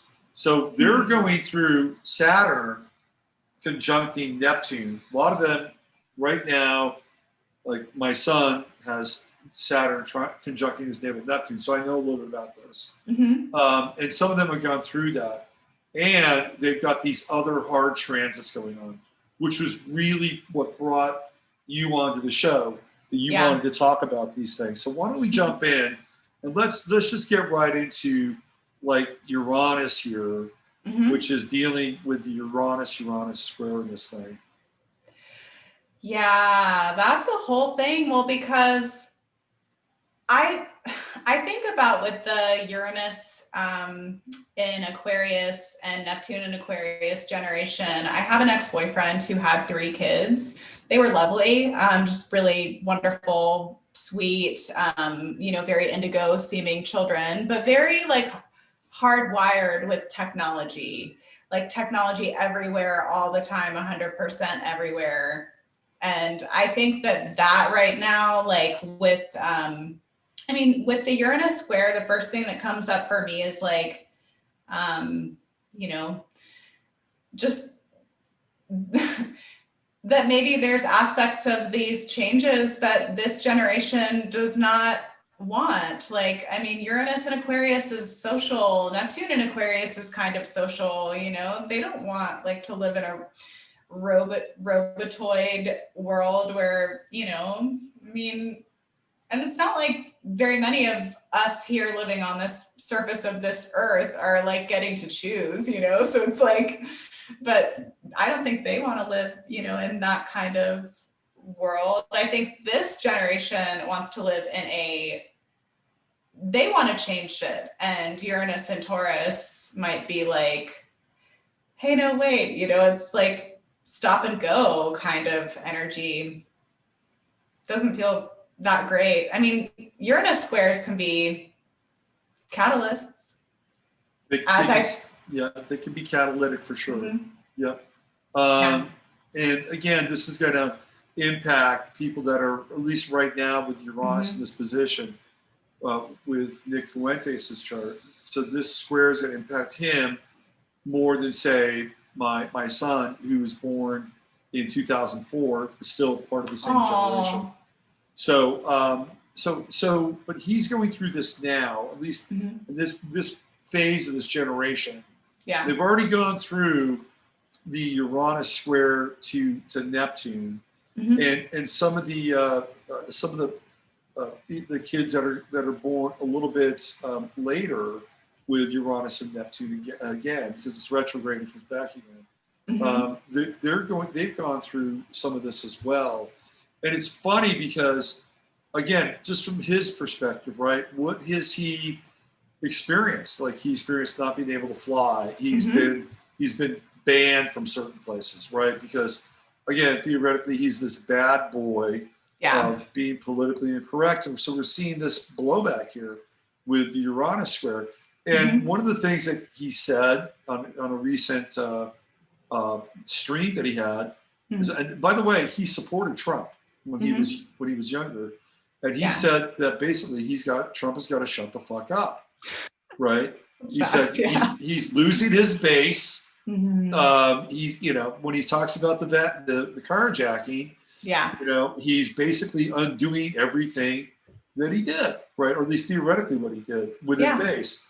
And of course, what happens is that the more conservative or more kind of GOP-centric people, they're going to be pissed off at him, right? Because he's saying something with Pluto and Sag that, you know, theoretically he believes to be true, and he cannot not say that. Yeah. I mean, yeah. Plus he has all that Leo too. And like, that's all getting kind of like, especially, I mean, with Mars right now and like with Saturn, with Jupiter, with Uranus, I mean, gosh, like all we need is something to come into Scorpio, like the South Node. Coming soon to a theater near you. Absolutely. Yeah. So I feel like, you know, the Saturn transit, again, you know, Saturn conjuncting Uranus in his chart, I think that's when he got the travel ban. Yeah. But that's just for him, right? I mean, so again, generationally, right? How is this impacting this generation with the Saturn transit of Uranus, especially in Aquarius? Like, where are they with these impositions, these cultural impositions that are being kind of enforced on them? Oh man, I have a couple of thoughts on that. Like, the first thing that I feel like these people might have, it's the idea of the participation trophy, right? Like, and also this generation too, I think, has been promised maybe a world that is a little bit more like utopian than like present time circumstances. You know, there's like a really like strong like focus on just the word equity. Like, it doesn't matter if it actually means what, you know, we say that it means or whatever, but, you know, there's been a very strong like just like promise of utopia, and like, you know, we're all in this, it's like collectivism, you know. And I think that probably Saturn is resulting in a few dash dreams of like, no, actually here's some restricted movement, restricted travel. I mean, it's not just because, you know, I mean, this guy got a travel ban because he's like, he won't, you know, he's loud, you know, but I mean, people are like having, you know, varying degrees of restricted travel, you know, which fits both the South Node and Sag bill and the Saturn and Aquarius bill. So they're probably not too happy about it. Saturn conjoining Neptune, like people who have Neptune later on in Aquarius, that is what a bummer. Like, harsh my vibe. Is your son having like an okay time at the moment? No. Okay. Sorry. I remember I went through that transit, Saturn like conjoining my Neptune, and it was, I remember it was very sobering. Very sobering transit. It is a very sobering transit. And I think at certain times in your life, if you have it, it can be a really good one. Yeah. Right? Like, it could be, I call it the come to Jesus moment. Oh, yeah. Totally. It is the come to Jesus moment where if you are willing to drop any kind of thing that gets in the way of you connecting with the divine or source or God, it can be a very powerful time and a good one, structuring, ordering your life in a way where you're not running away from things, right? But at a certain age, right, if you have this, like maybe the first go around or the first transit of this, because it'll come back again, obviously, 30 years later, it can be hard. It can be hard. It could be very, very hard.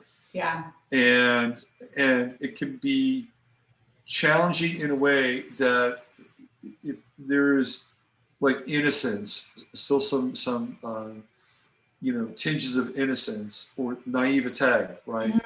Because Neptune can, especially on this first transit, Saturn conjunction, Yeah. it can be very difficult because you begin to realize what you were talking about is the dreams or the promises or the things that you thought were there, all of a sudden they're limited. And Yeah. and the harsh reality is guess what? They may not be there.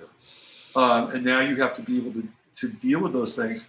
And at a young age, I mean, we could rewind this clock and go back to Saturn at 0 degrees for Nick Fuentes. Like that would have been last 2020, right? Yeah, like I guess December 17th or 19th. It would have been Pick your poison. Yeah. So Either or. yeah, but even before that, like it went into Saturn went into Aquarius very briefly at the beginning of George Floyd world, right? Yeah. And COVID. So for Nick Fuentes, that would have been a year ago. And what is he now? He would have been 21, right? Yeah. 21. Like that's a transit at 21 you should theoretically be able to handle. Right. A transit of that at like 15 or 16 or 17, that's a whole different transit. Yeah. Because you're wired differently at that age. And by the way, he's already going through the first, it's the second Saturn square, right? He's going through the second Saturn square. The first Saturn square happens when you're 7 and you basically go into school, right? I mean, that's the first one. And then the third Saturn square is the one, I think the third Saturn square is really important in a person's life. I think it's huge. Yeah. It really determines in a lot of ways your approach to your Saturn return. It's number one. And a lot of people go through a spiritual crisis on that second Saturn square. Yes. High truth. Yep. So you got to confirm. And what, again, going back to what I know about Nick Fuentes, him showing up as like a Catholic, right? That's clear. He goes and debates Donald Trump Jr. and he's wearing, a Catholic cross around his neck. Right. So, I mean, literally it was probably a come to Jesus moment. And I'm not saying this guy's a saint by any means, trust me. But in that moment, he was literally wearing it like almost on his sleeve. Yeah. Right. But yeah, so this is interesting because again, a few short degrees, right? A few short degrees, but very, very different representations of this generation. Yeah. Because my kid has Uranus and Pisces. Oh, wow. I think that just confuses me. Like my brain doesn't even know, like the Uranus and Pisces transit, like my brain has a stroke. What is that? I know. And then Chiron past that and then Neptune. Ooh. Yeah. He's had to go through some very intense transits. But even generationally, like Uranus and Pisces, it's just so... What do you even do with that? It's so unusual, right? It's just, it's like really odd. Like psychic, but psychic in kind of I wouldn't call it like psychic in a gothic sort of way. Yes, creepy kind of energy with Uranus. But it's not though. I mean, it's I mean, I would think. I mean, I have Neptune in Scorpio, and that is like gothic, like it's dark, gothic shit, right? But it's different. I'm still trying to figure it out, actually. Yeah, I'm still trying to figure out. No, that I got figured out. No, Uranus and Pisces. I'm still trying to figure it out. It's very unusual.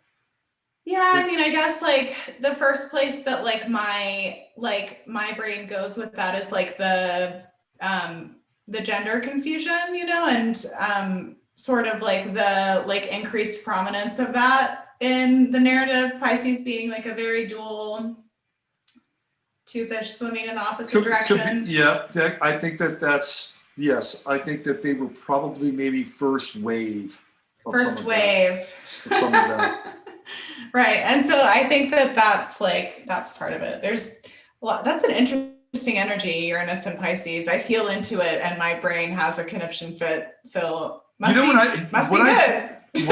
What I think of Uranus and Pisces is I think of like spontaneous acts or spontaneous reactions or spontaneous eruptions of things that are, strangely kind of biblical or strangely kind of saint-like in some ways, right? Totally. Like being overcome with just, stark cold visions and things like that just kind of grab them in ways that they don't understand. I think of things like stigmata or, in that very, very weird kind of way that mysticism can operate, but it has a kind of a will of its own and it's shocking.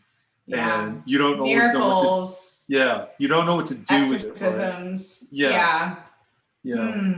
And I think there could also be challenges with that too, right? I mean, well, when you're like, I think I read something, it said like whatever your calling is crushes you, that like if you're meant to love, then you will struggle with like heartbrokenness, and if you are like meant to lay hands, you'll struggle with spiritual viruses. I mean, it's kind of there's definitely like, and it kind of all circles back to Chiron because where there's a wound, there's a gift, and vice versa. And usually they're like intimately connected, if not one and the same. So. So Nick Fuentes has Chiron in Scorpio. And what do you think about that? I don't think he's got any problem with it. I think he's Is he a hitter with the ladies? I don't know about that. There's actually, the word on the street is he's actually gay, right? Right on. Yeah, I mean, but not something that he's nuanced. I like that. But not something he's like, out with. He's out with being a Catholic, and he's out with being a far alt-righter, right? But he's not out with like whatever he's hiding with Chiron and Scorpio, right? So there's that. I also think that he's not afraid to go into dark places with Chiron and Scorpio. Totally. And there's even kind of a reactionary kind of vibe with that square to Uranus. And like the way that like hits all of his Leo stuff too. I mean, that's form under pressure like a fucking diamond, or don't, the choice is yours. Choose wisely. Well, it's true. It's true. And this kid has had a lot of pressure. So totally what's also really interesting is that astrologically, Uranus is almost always in opposition to Chiron, right? I mean, if you look at a lot of charts, there's a Uranus-Chiron opposition. Not here. Not here. We got a square going on here. That's with wild. This group, this generation, right? So I've seen so many Chiron-Uranus opposition charts, but clearly there's a different progression happening with this generation. I remember the first time I did an interview with a Gen Z kid. He was born with Uranus and Neptune in conjunction in Aquarius at 0 degrees. Whoa! I bet the 2020 Jupiter-Saturn conjunction was like just blew that person's whole life. This kid was amazing. He left home and walked across the country with no money. He walked across the country with no money. And the stories he had to tell were freaking amazing. Oh my gosh, I bet. That's fantastic. He was so cool. I love this kid. He was great. And what was really interesting is that he had a map and everything was all laid out, right? And one of the first things he had to do was he had to cross this river. I think he lived in someplace like Kansas or Nebraska or someplace like that. And he had to cross this river. And he crossed the river, and like water was super cold. and he had to get out of the river, and he had to literally sleep, right, with these wet clothes. And it was like this, and it was so archetypal. Yeah. Like that was like one of his first nights when he decided to leave his house with no money. No money. Yeah. And Aquarius is so cold too. So it is really, there's layers to that. What house, do you remember what house that conjunction was in, or do you feel comfortable sharing? I don't know. No, I don't even really remember. I think I remember doing his chart for him. I forget. But he was also an Aquarius. That was the other thing. Wow, oh my gosh. So this kid was pretty loaded with Aquarius. And and when he did it when he was, I think, 17. He did it when he was 17. He just like graduated from high school. It was like, crazy. I'm going, right? And also super awesome. I think that's just fuck what society tells you that you do. Walk across the country, like why not? He wanted to be free, right? I mean, this is a big part of this generation is freedom. Yeah. Now, what's interesting about Gen Z is that you'll also get like really hardcore woke kids too. Oh, yeah. With absolutely. Gen Z. They will go, one side will be based and the other side will be woke, right? So you'll get that. But I think ultimately with Pluto and Sagittarius, which is very missionary in a lot of ways, both of those sides could do flips, right? And I've seen that with Sagittarian people. Oh, yeah. Yeah, it's kind of like how, I don't know why people just assume that like authoritarianism is only like a right wing kind of thing, or like some people in my generation assume that, but like it's not. And I think that's a lot of people have been too, kind of like switching back and forth as the South Node kind of comes over that territory. And it's definitely fascinating. Did I hear you say that we were going to look at Greta Thunberg's chart? Yeah, we could do that next. Ooh, that's exciting. I haven't looked at it ever, so I'm. So really again, it's not. I don't have her time, but we'll look at she's a Capricorn, right? She is a Capricorn. Aww. She's born in the same day as Kyle Rittenhouse. Oh, that's very interesting. Isn't that a trip, right? Yeah. Both playing very like opposing roles, but very opposing roles. Yeah. And Kyle Rittenhouse, he's a Pluto and Sag kid, right? He's one of these Gen Z kids, and Greta Thunberg is an example of the Gen Z kid on the woke side. Yeah, man,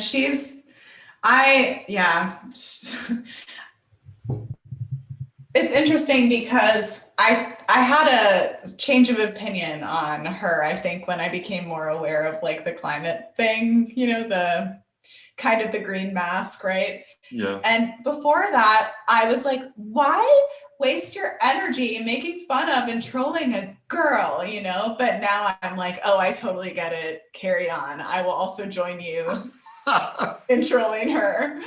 I don't know. That's probably bad, but what is the general relationship like between the millennials and Gen Z? Like, do you have a sense of that? Oh gosh, no. I don't really interact too much with too many. I mean, I guess, okay, so I wrote down when G started, I guess, or Gen Z. I guess it was like 1997. Not really. I do read for a lot of Gen Z people. I've noticed I have a lot of clients that are in that age range just because, I don't know, I think I can be empowering to talk to for that, especially like young women. But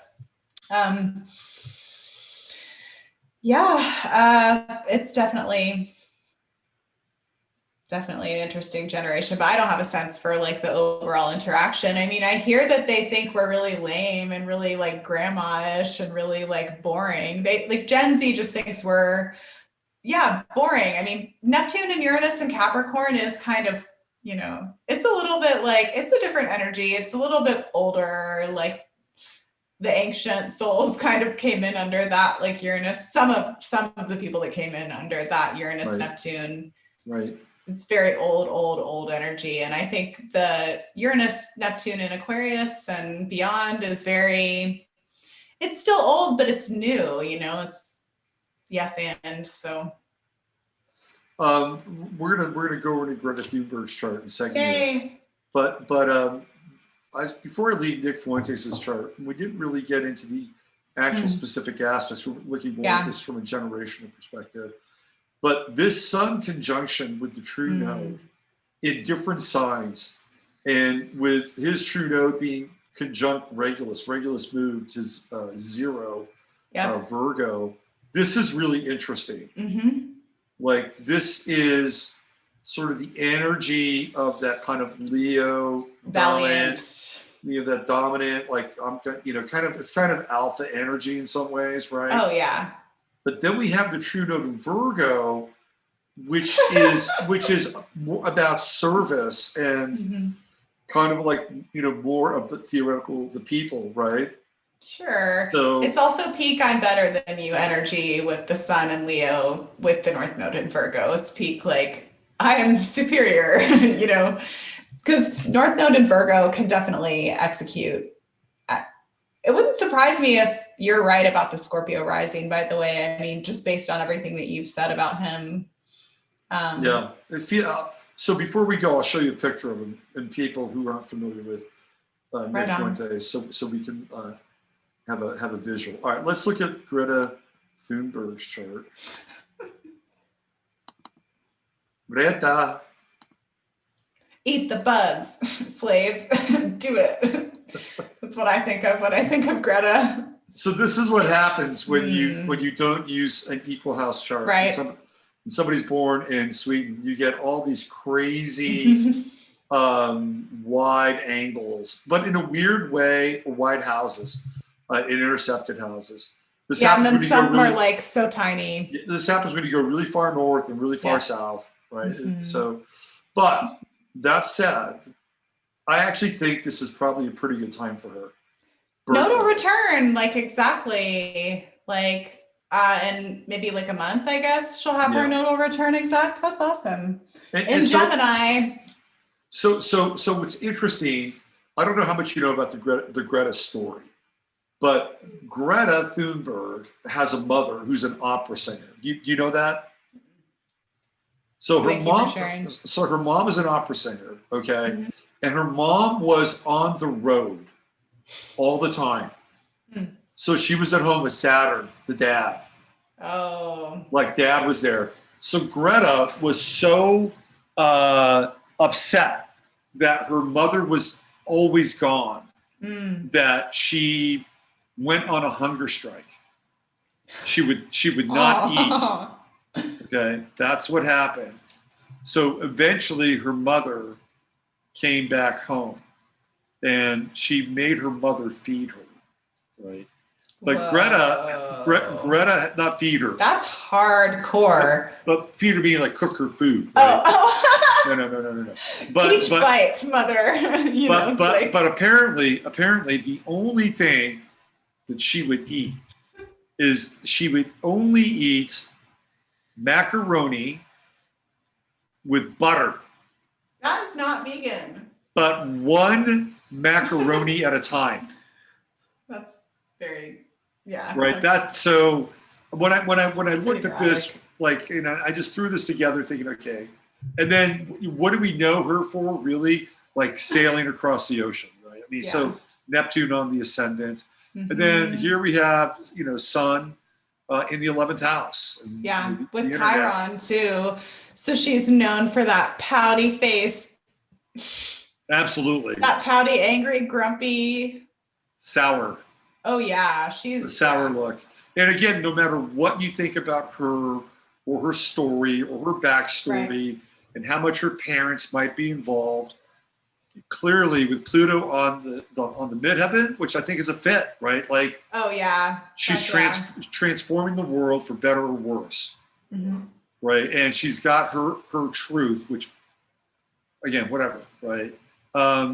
Yeah, So, to the degree to which it's hers is arguable, exactly. Right. But then she has the South Node in Sagittarius. Yeah. Which to me, I feel like that. And again, like when she tries to, like, okay, South Node in Sagittarius, when she went before the UN and talked, you remember that? Yeah. Like, and she was this like cause celeb. She was horrible. Right. I mean, she was so bad and autistic, whatever. I don't know. I don't know if that's an act or not. But again, with the South Node in Sagittarius, it doesn't matter what house it is in, although in the ninth house, clearly it's going to be a little more emblematic. That's like sharing your truth in another country. It did not go well. Right. No. Did not go well at all. So I could certainly see that. And then the other thing too, that she's got this Venus-Mars conjunction. I was eyeballing that. And it's like, that is really trippy, right? Because, and I've said this about people who have these Venus-Mars conjunctions, is that they have these traits that are both masculine and feminine. Mm-hmm. And like Kyle Rittenhouse actually looks kind of feminine in pictures. Oh, that's interesting. So do you think that does it matter the sign, Mars-Venus conjunction? No, I don't think the sign matters. I think the Mars-Venus conjunction is this unusual blending of the masculine and the feminine. Interesting. And mental notes. But the sign will color it for sure. Yeah. So yeah, no, she definitely has that going on for sure. There's some of that. It's interesting too how like that square Uranus. So we could see like some changes to that too, I mean, everybody's doing it, so. Everybody's doing it. Woo!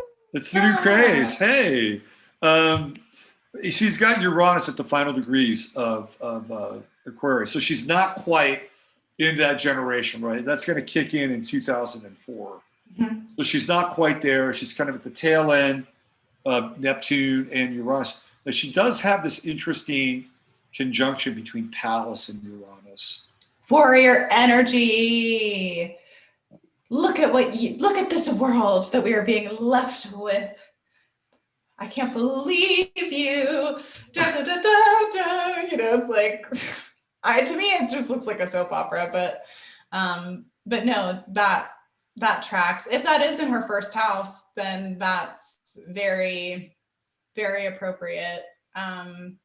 What do you think about squares between Venus and Jupiter? Like, to me, that's like, I feel like she's spread herself really thin in her travels and her talks and she's here and she's there. Like, I know maybe fixed signs are more durable, but to me, like, I don't know how sustainable that is. And I guess she's getting hit with some pretty intense transits too in that regard. Maybe more to come. Well, Saturn is going to have another swipe at her Neptune. And, when I first looked at her chart, I felt like that when she was going to have this Saturn-Neptune conjunction, that she was in for a rude awakening. Oh, yeah. And I always felt like at some point along the way, Greta Thunberg would realize that she'd been played. And, and that would be the worst case scenario for like their quote unquote cause. Mm-hmm. And so this sets up a really bad precedent for her. So in order for them to placate her, mm-hmm. So that she doesn't go off the res, she could become a total enfant terrible, right? Right. And just demand everything, or else she's going to blow their little fucking game. Like she has a lot of power in that way. Wouldn't you? I mean, I would have whatever I wanted if I were in that situation, just because there's so much. I don't know. I think she's been MK'd to pieces. Poor Greta, Well, I mean, even no matter, well, her mother, this is the other weird thing. So they did this weird ritual at CERN. And did you see this? This was about 3 years ago. I don't think I saw it. What happened? Well, it was just like this weird kind of underworld ritual, and people were doing like, weird underworld ritual shit. But it was for public consumption. Like here, let me see if I can find an image of it so our audience can see it here. Let's see.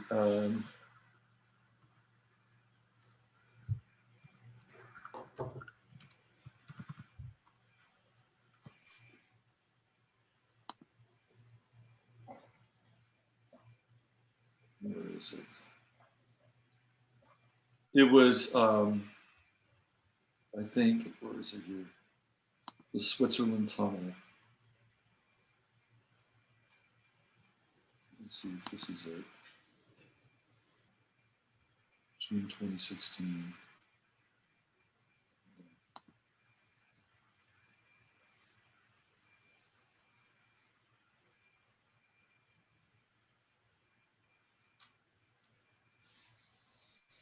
I have to make sure I have the right event. I think this is it. Yeah. I think this is it. Yeah, here we go.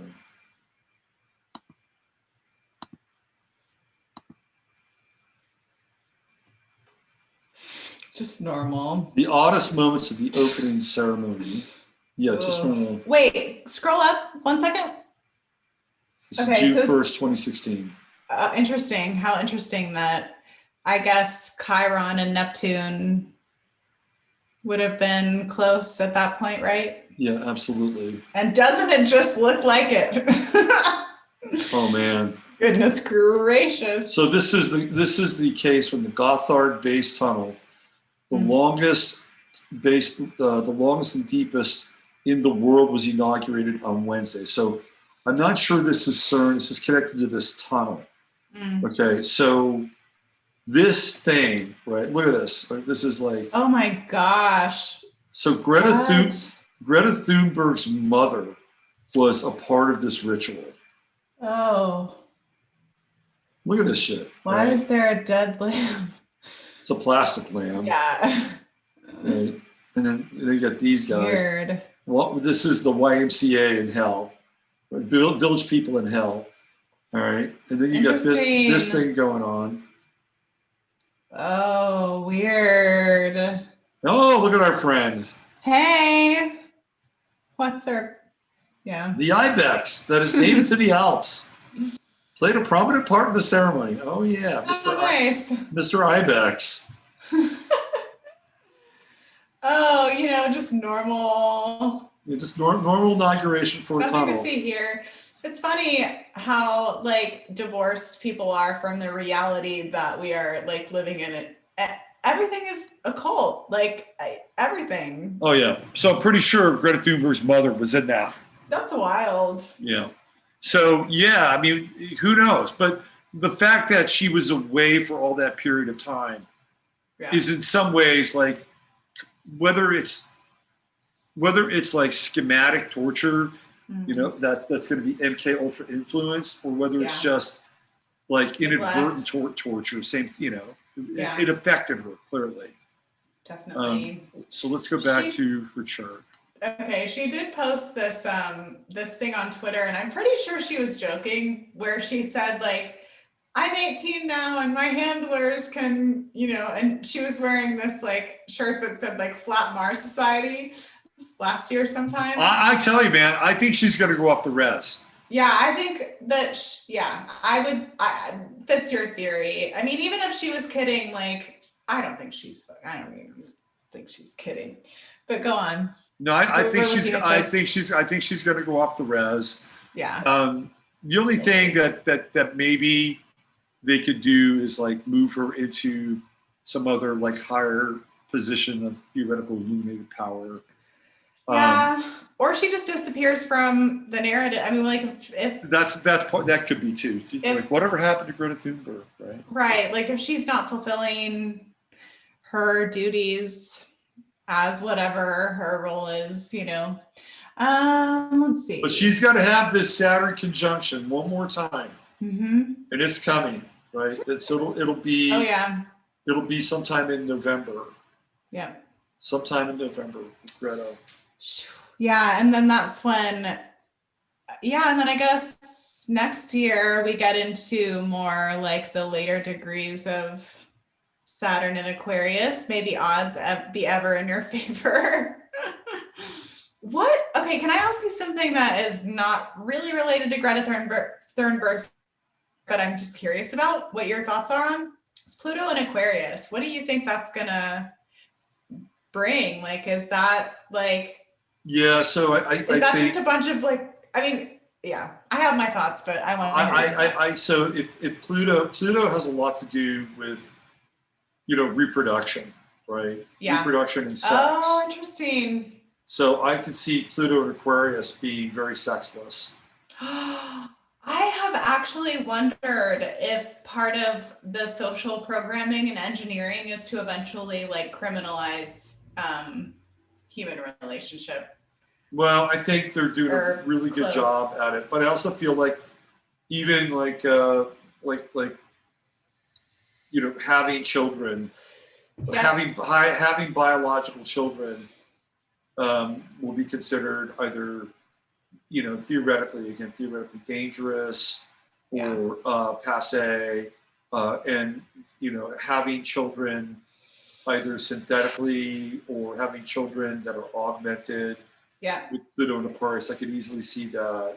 A country like China has no conscience, and they'll use CRISPR technology at their disposal, at their will, and so they'll be altering genes like crazy. And I was actually reading up on this guy named Craig Ventner tonight before the show. The guy, he's a fucking mad scientist, and he works with this substance called Cynthia, Synthia. Sounds like something fresh out of a Black Mirror episode. Cynthia was used in the Gulf of Mexico, and basically it turned algae into these carnivorous life forms. Great. So they used Cynthia so that the algae could consume the oil. Right. So the algae became something other than algae. Right. And there's this whole connection with Cynthia and black goo. So Craig Ventner is also very much into CRISPR technology. This is a guy that you'll be hearing more of in the months to come, because he would be the father of this Pluto in Aquarius kind of world where people are having children, procreating in unusual ways, right? And we can't underestimate the effects of the carjack. That's the other thing. No, I mean, that's so for whatever reason, I have become a safe person for people to talk to about their own personal experiences with that. And I'm glad. I mean, I'm happy to be that for people, but so I have over 35 people who have not carjacked, but who have been around someone who has partaken in the carjacking ritual, and there's definitely some stuff going on with the reproductive system, and maybe that's also to do with Saturn and Aquarius, right? Like, because I mean, and like now I might ruffle a few feathers with this, but that's okay. With Jupiter and Scorpio, there was that whole Me Too movement, right? And I would like to call bullshit on everybody that like was like hashtag Me Too, hashtag women, hashtag feminism, whatever, like, all of these things, because I mean, like, on some level, like, even though it's not being talked about very publicly because people do not feel safe to talk about it publicly, which is a problem, a huge problem. But yeah, like, I would like to be able to choose, whether or not to sterilize myself, right? I would like to be able to choose whether or not to have like a hormonal disruption if I were to want to go hang out with my dad like I did today. I did, it's like, right. I mean, I don't see why we spend any time getting mad at each other when as pro this, anti this, when that's happening, Yeah. yeah, Pluto in Aquarius and Saturn in Aquarius and fertility. That's interesting with Jupiter and Scorpio and the whole Me Too thing. And it felt like BS, performative nonsense I'm seeing now, like in retrospect, because I've had dudes tell me who probably were partaking in the performative feminism. I've had dudes tell me like, no, that's not happening. And they'll send me this like PolitiFact, like, do you realize how you sound like right now? Like that you're actually like gaslighting like what I know to be women's lived experience with this particular carjacking, you know? right. Yeah. Fuck out of here. That's funny. No patience. So you asked me about the Venus Jupiter square. Oh yeah, what do you think of that? I think it's greedy. I think it's greedy. Interesting. I think it's greedy. Just like Venus Saturn squares can be limiting and kind of penurious, right? Yeah. I think Venus Jupiter squares are greedy. And maybe even insatiable in some ways. Like can't get enough. I just can't get enough. Can't get enough. Can't fill the bucket. So I think that there's part of that, and she's got Jupiter in Leo, so she's going to be, I think, also kind of spoiled, right? She's got this, this golden child. I think she could be an absolute tyrant. That's what I think. I agree with you. It's interesting too. Her Jupiter, I guess, if my memory serves correctly, then her Jupiter is right by Bill Gates' Jupiter-Pluto conjunction. Yeah, very close. You're absolutely right on that. Yeah. That's crazy. I mean, I don't know what their relationship is, if there's one, but it seems to be an interesting. And actually, my Jupiter is conjunct her Jupiter and Bill Gates' Jupiter. We are all one. You guys should get on a Zoom call together or something. We should. Hey guys. Let's see what happens. Want to slow down with that reset thing? It's really not cool for humanity. Thank you. Think that would go over well? I could be charming. I think you could. I think you could be the perfect third part of that triangle. That's what I can teach a robot how to love, I think. There you go. I like that. We could have to figure out how to do that, over the next little while. If they're capable of that, I don't know. I feel like these Gen Z kids, when you talk about Pluto and Aquarius, I also feel like that's going to be kind of like their time. That's going to be intense, right? I mean, gosh, because you'll get the the sextiles to their natal Plutos and the conjunctions with their Neptune and Uranus. I think that's going to be huge, because to me that just screams like spark of awareness, like just in a huge way, where like everybody like snaps out of like hive-minded delusion. Yeah, I'm a big proponent of these turnings, like the first turning. Fourth turning. Fourth turning. I think the next spring has to do with Pluto and Aquarius. The next turning, or like the next turning, which would be about spring. Yes. Right? So because now we're in the fourth turning, which is symbolic of winter. So I think that that started in 2008, right, with the Pluto and Capricorn introduction. Financial crash. Yeah.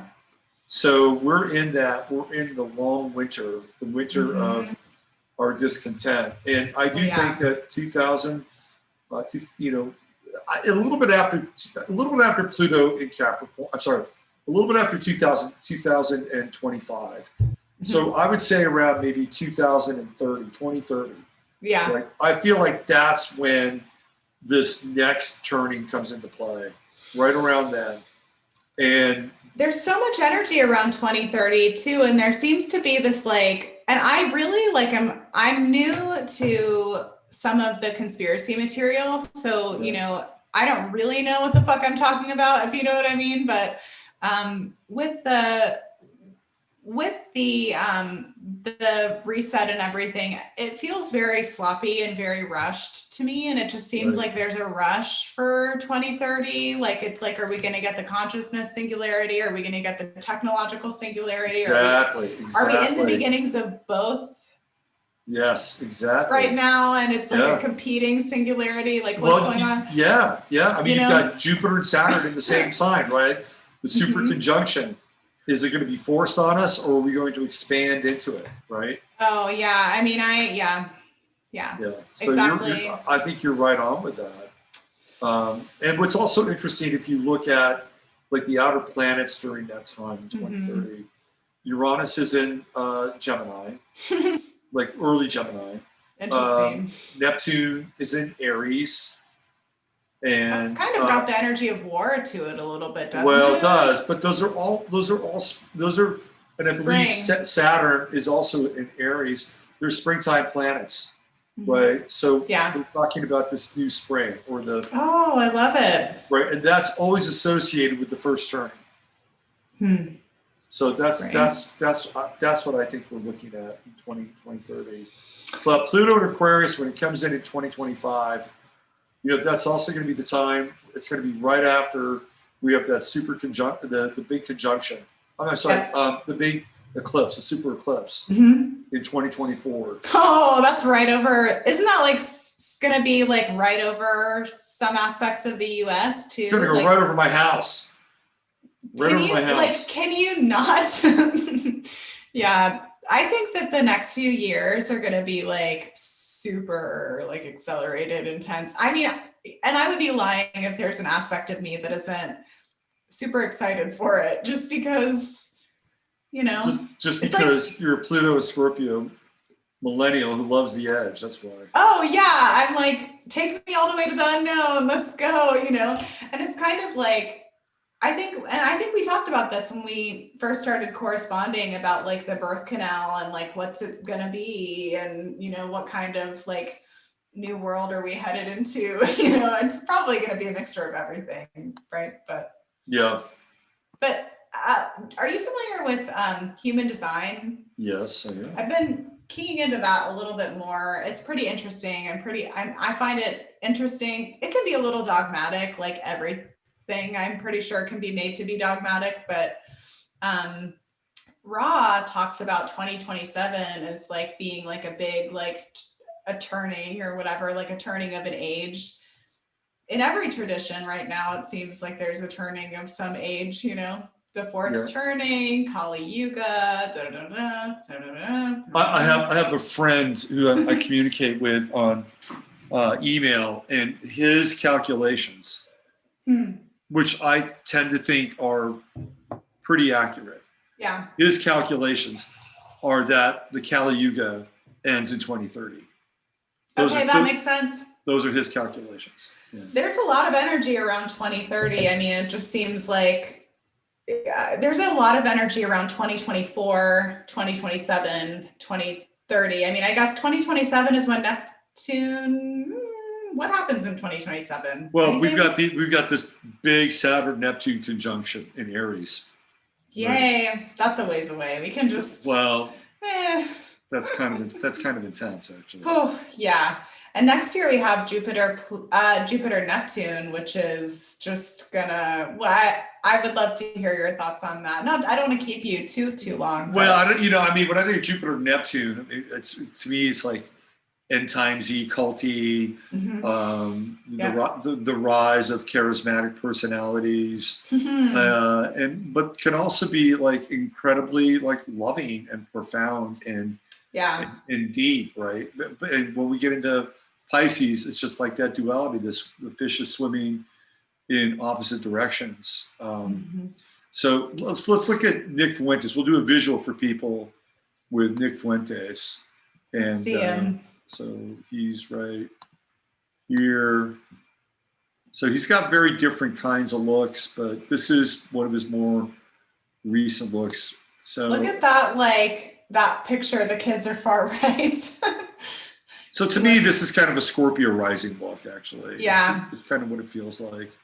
But he's got a lot of different, I can see that.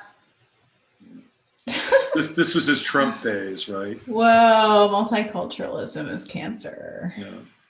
That's a strong yeah, he was at Charlottesville, right? Whoa. To me, this would be the Sun in Leo, True Node Virgo. that to me, this is kind of encapsulates that in a lot of ways. That picture, oh fuck yeah. Yeah. Look at it. Authoritative, clean. And better than you. Yeah. I mean, look at that face. It just says, I am better than you. I have a lot of Leo and Virgo in my chart, and that energy is, that's real. That's a thing. And what's interesting again is you can see him here. This is back when he was a Trump supporter. And he came up with the term groiper, right? Are you familiar with that, groiper? No, I don't know what that is. What is that? I'm not even all that familiar with it. We'll find out together. Okay. So he's got the groiper army. And when we do a Nick Fuentes Wikipedia, it'll talk about Charlie Kirk was the other guy. He went in and he just that's the guy that does the like young American. He does something turning. He filleted Charlie Kirk at one of his. So groipers, sometimes called the groiper army, are a loose group of white nationalists and far-right activists, provocateurs, and internet trolls who are notable for their attempts to introduce far-right politics into mainstream conservatism in the United States. They're known for targeting conservative groups and individuals whose agendas they view as too moderate and insufficiently nationalist. The groiper movement has been described as white nationalist, homophobic, anti-Semitic, an attempt to rebrand the alt-right movement. Oh, that's intense. Yeah, I have to hear him talk because, like, I mean, I just don't trust Wiki. Like, and usually, like, what I found is, like, especially with some of the Tartary stuff that you talk about sometimes, like, and especially, like, some of the occulted history stuff, like, that's usually, like, what it says on Wiki is like a bastardization of, I mean, right. Oh, absolutely. So I'll have to listen to him talk. Absolutely. No, I mean, there are times when Nick Fuentes makes a lot of sense. And, you know, he's got that Pluto and Sag ability, I think that generation has, to be like a hot knife through the bullshit. Fuck yeah, that's totally true. And I don't know, I mean, I think there's another thing too with a lot of the end-timey kind of stuff that you brought up earlier that has little to do with Nick Fuentes, but it's, and I just lost my train of thought, so it must not be that important. So goes it. You know? All right, let's see if you can run up and catch up with the train while I just check in with chat as we transition our way out. Oh, yeah. Let's see what we got here. How many people are there right now? We got 201 people, not too bad. Do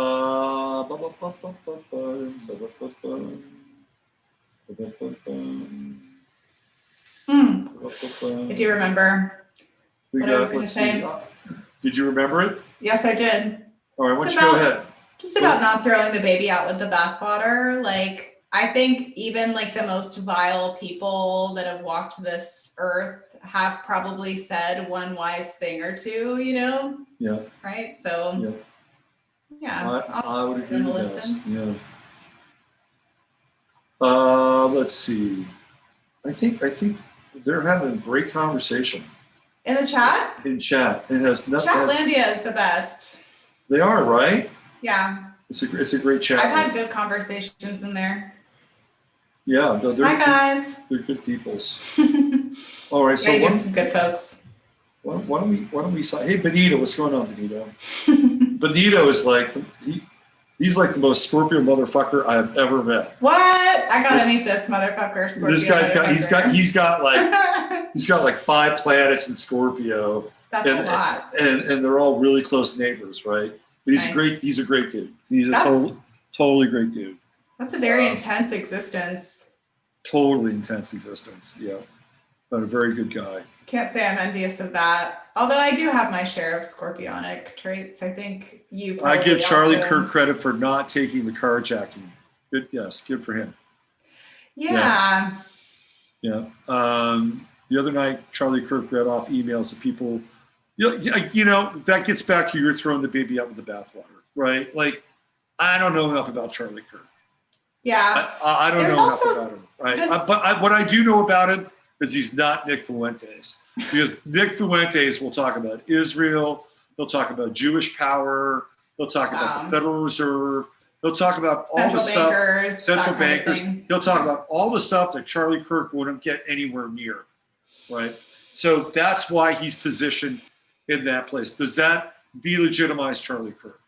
I don't know. I mean, I think like, yeah, I don't know. I don't think so. I see. This is where people, I think you get really hung up on, like a lot of the truth stuff, right?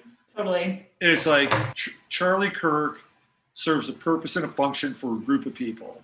Yeah. Right. And Nick Fuentes is like, okay, if you're ready to go over here and get the adult dose, it's over here, right? Or whatever, right?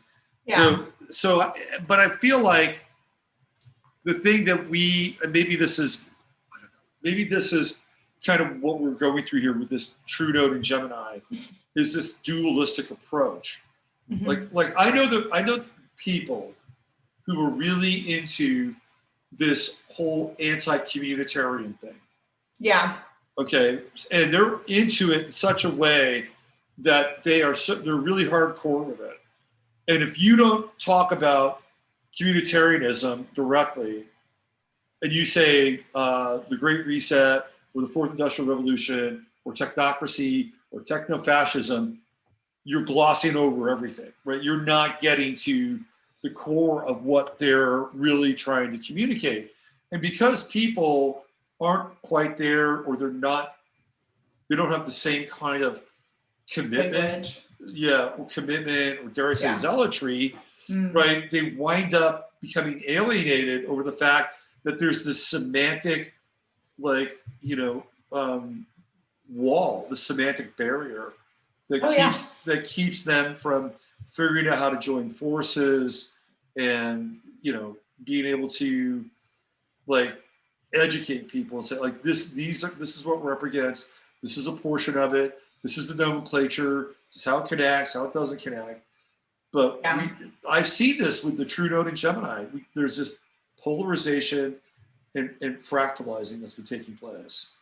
And I also I have to say that within the millennial generation, especially, and within the wokeisms, that are happening, I think that there's a tendency to if I were to share something that somebody really conservative said that I just happen to agree with what they said, suddenly that means that I have adopted all of their beliefs, and it's just when I think with the North Node in Gemini, it's all about weaponized language, maybe, or it is those semantic barriers, and the alternative community, as much as, I'm kind of new around, these specific parts, and I have to say very divided and very a lot of drama, and it just as somebody who it wasn't like it wasn't like that. It was like one big happy family around 2016. Everybody was kind of all on the same page. Theoretically, some of these were state actors who were also introduced into the play and into the drama. We know who that is, right? So obvious. But they were kind of everybody was okay, we all agree on one thing. This nationalism thing is probably better than where we were headed, and blah blah blah blah blah. And Alex Jones has been drinking Trump's Kool-Aid, Trump's bathwater, and it was all okay for a minute, and then it started to get really cliquey and then divisive, and then YouTube started taking people away. And that's kind of where we are now. And it's too, and I've just noticed this in my and I've had very few interactions with where I guess conspiracy reality and alternative healing and astrology and spirituality, where all those things meet. There's this interesting place where there's a high level of at least alleged awareness of the different dimensions and the different forces or whatever that are at play with this realm in reality. And there's if I hear that person is hijacked, it's just I think that the North Node in Gemini is dividing a lot more than maybe we can readily see, or observe even. And I don't know, but it's also unifying other, so I'm not, Yes, I sound absolutely. cynical, but it's because I have my Pluto in Scorpio and that means I'm an asshole. So just kidding, but. All right. Well, let's do one more little flyby with Chatlandia. Okay. Chatlandia, hello. I would probably be in there if I weren't here. I'm gonna sign off here. All right.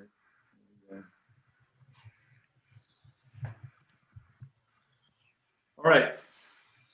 This has been great. Thanks for being here tonight. Yeah, thank you so much for having me. And so you have a website? Yes, It I is. sure do. It It is Meredith's. It is meredithsluckystars.net. Okay. And my YouTube channel is Meredith's Lucky Stars, and I'm on Facebook, Instagram, and I'm nice. You can talk to me. There you go. Meredith's Lucky Stars. .net. That's important. Was .com gone? I actually tried to register it and then maybe fucked up on that, and then so I just went with .net. But I think I still get like a snail mail to my house regarding the .net or .com address. It's the whole thing. Okay. All right. Well, cool. Well, listen, I'll see you on Twitter, no doubt. You sure will. And it was great having you, and enjoy the rest of this wonderful solstice time. Okay. You too. Thank you. Okay. Bye. Bye. Okay. That was Meredith. And we're going to get on out of here. And, oh, there we go. So, thanks everybody for being here. Thanks for hanging out. Went a little bit longer than usual, 3 hours tonight, but we had a great guest. We had a great conversation. Looked at some generational astrology. I'll be back tomorrow with 15 Minutes of Flame over on the 15 Minutes of Flame channel. Use your head in order to discern what's real, your heart says what's possible. I'm Robert Phoenix. Take care. Bye for now. Chatlandia. Big ups.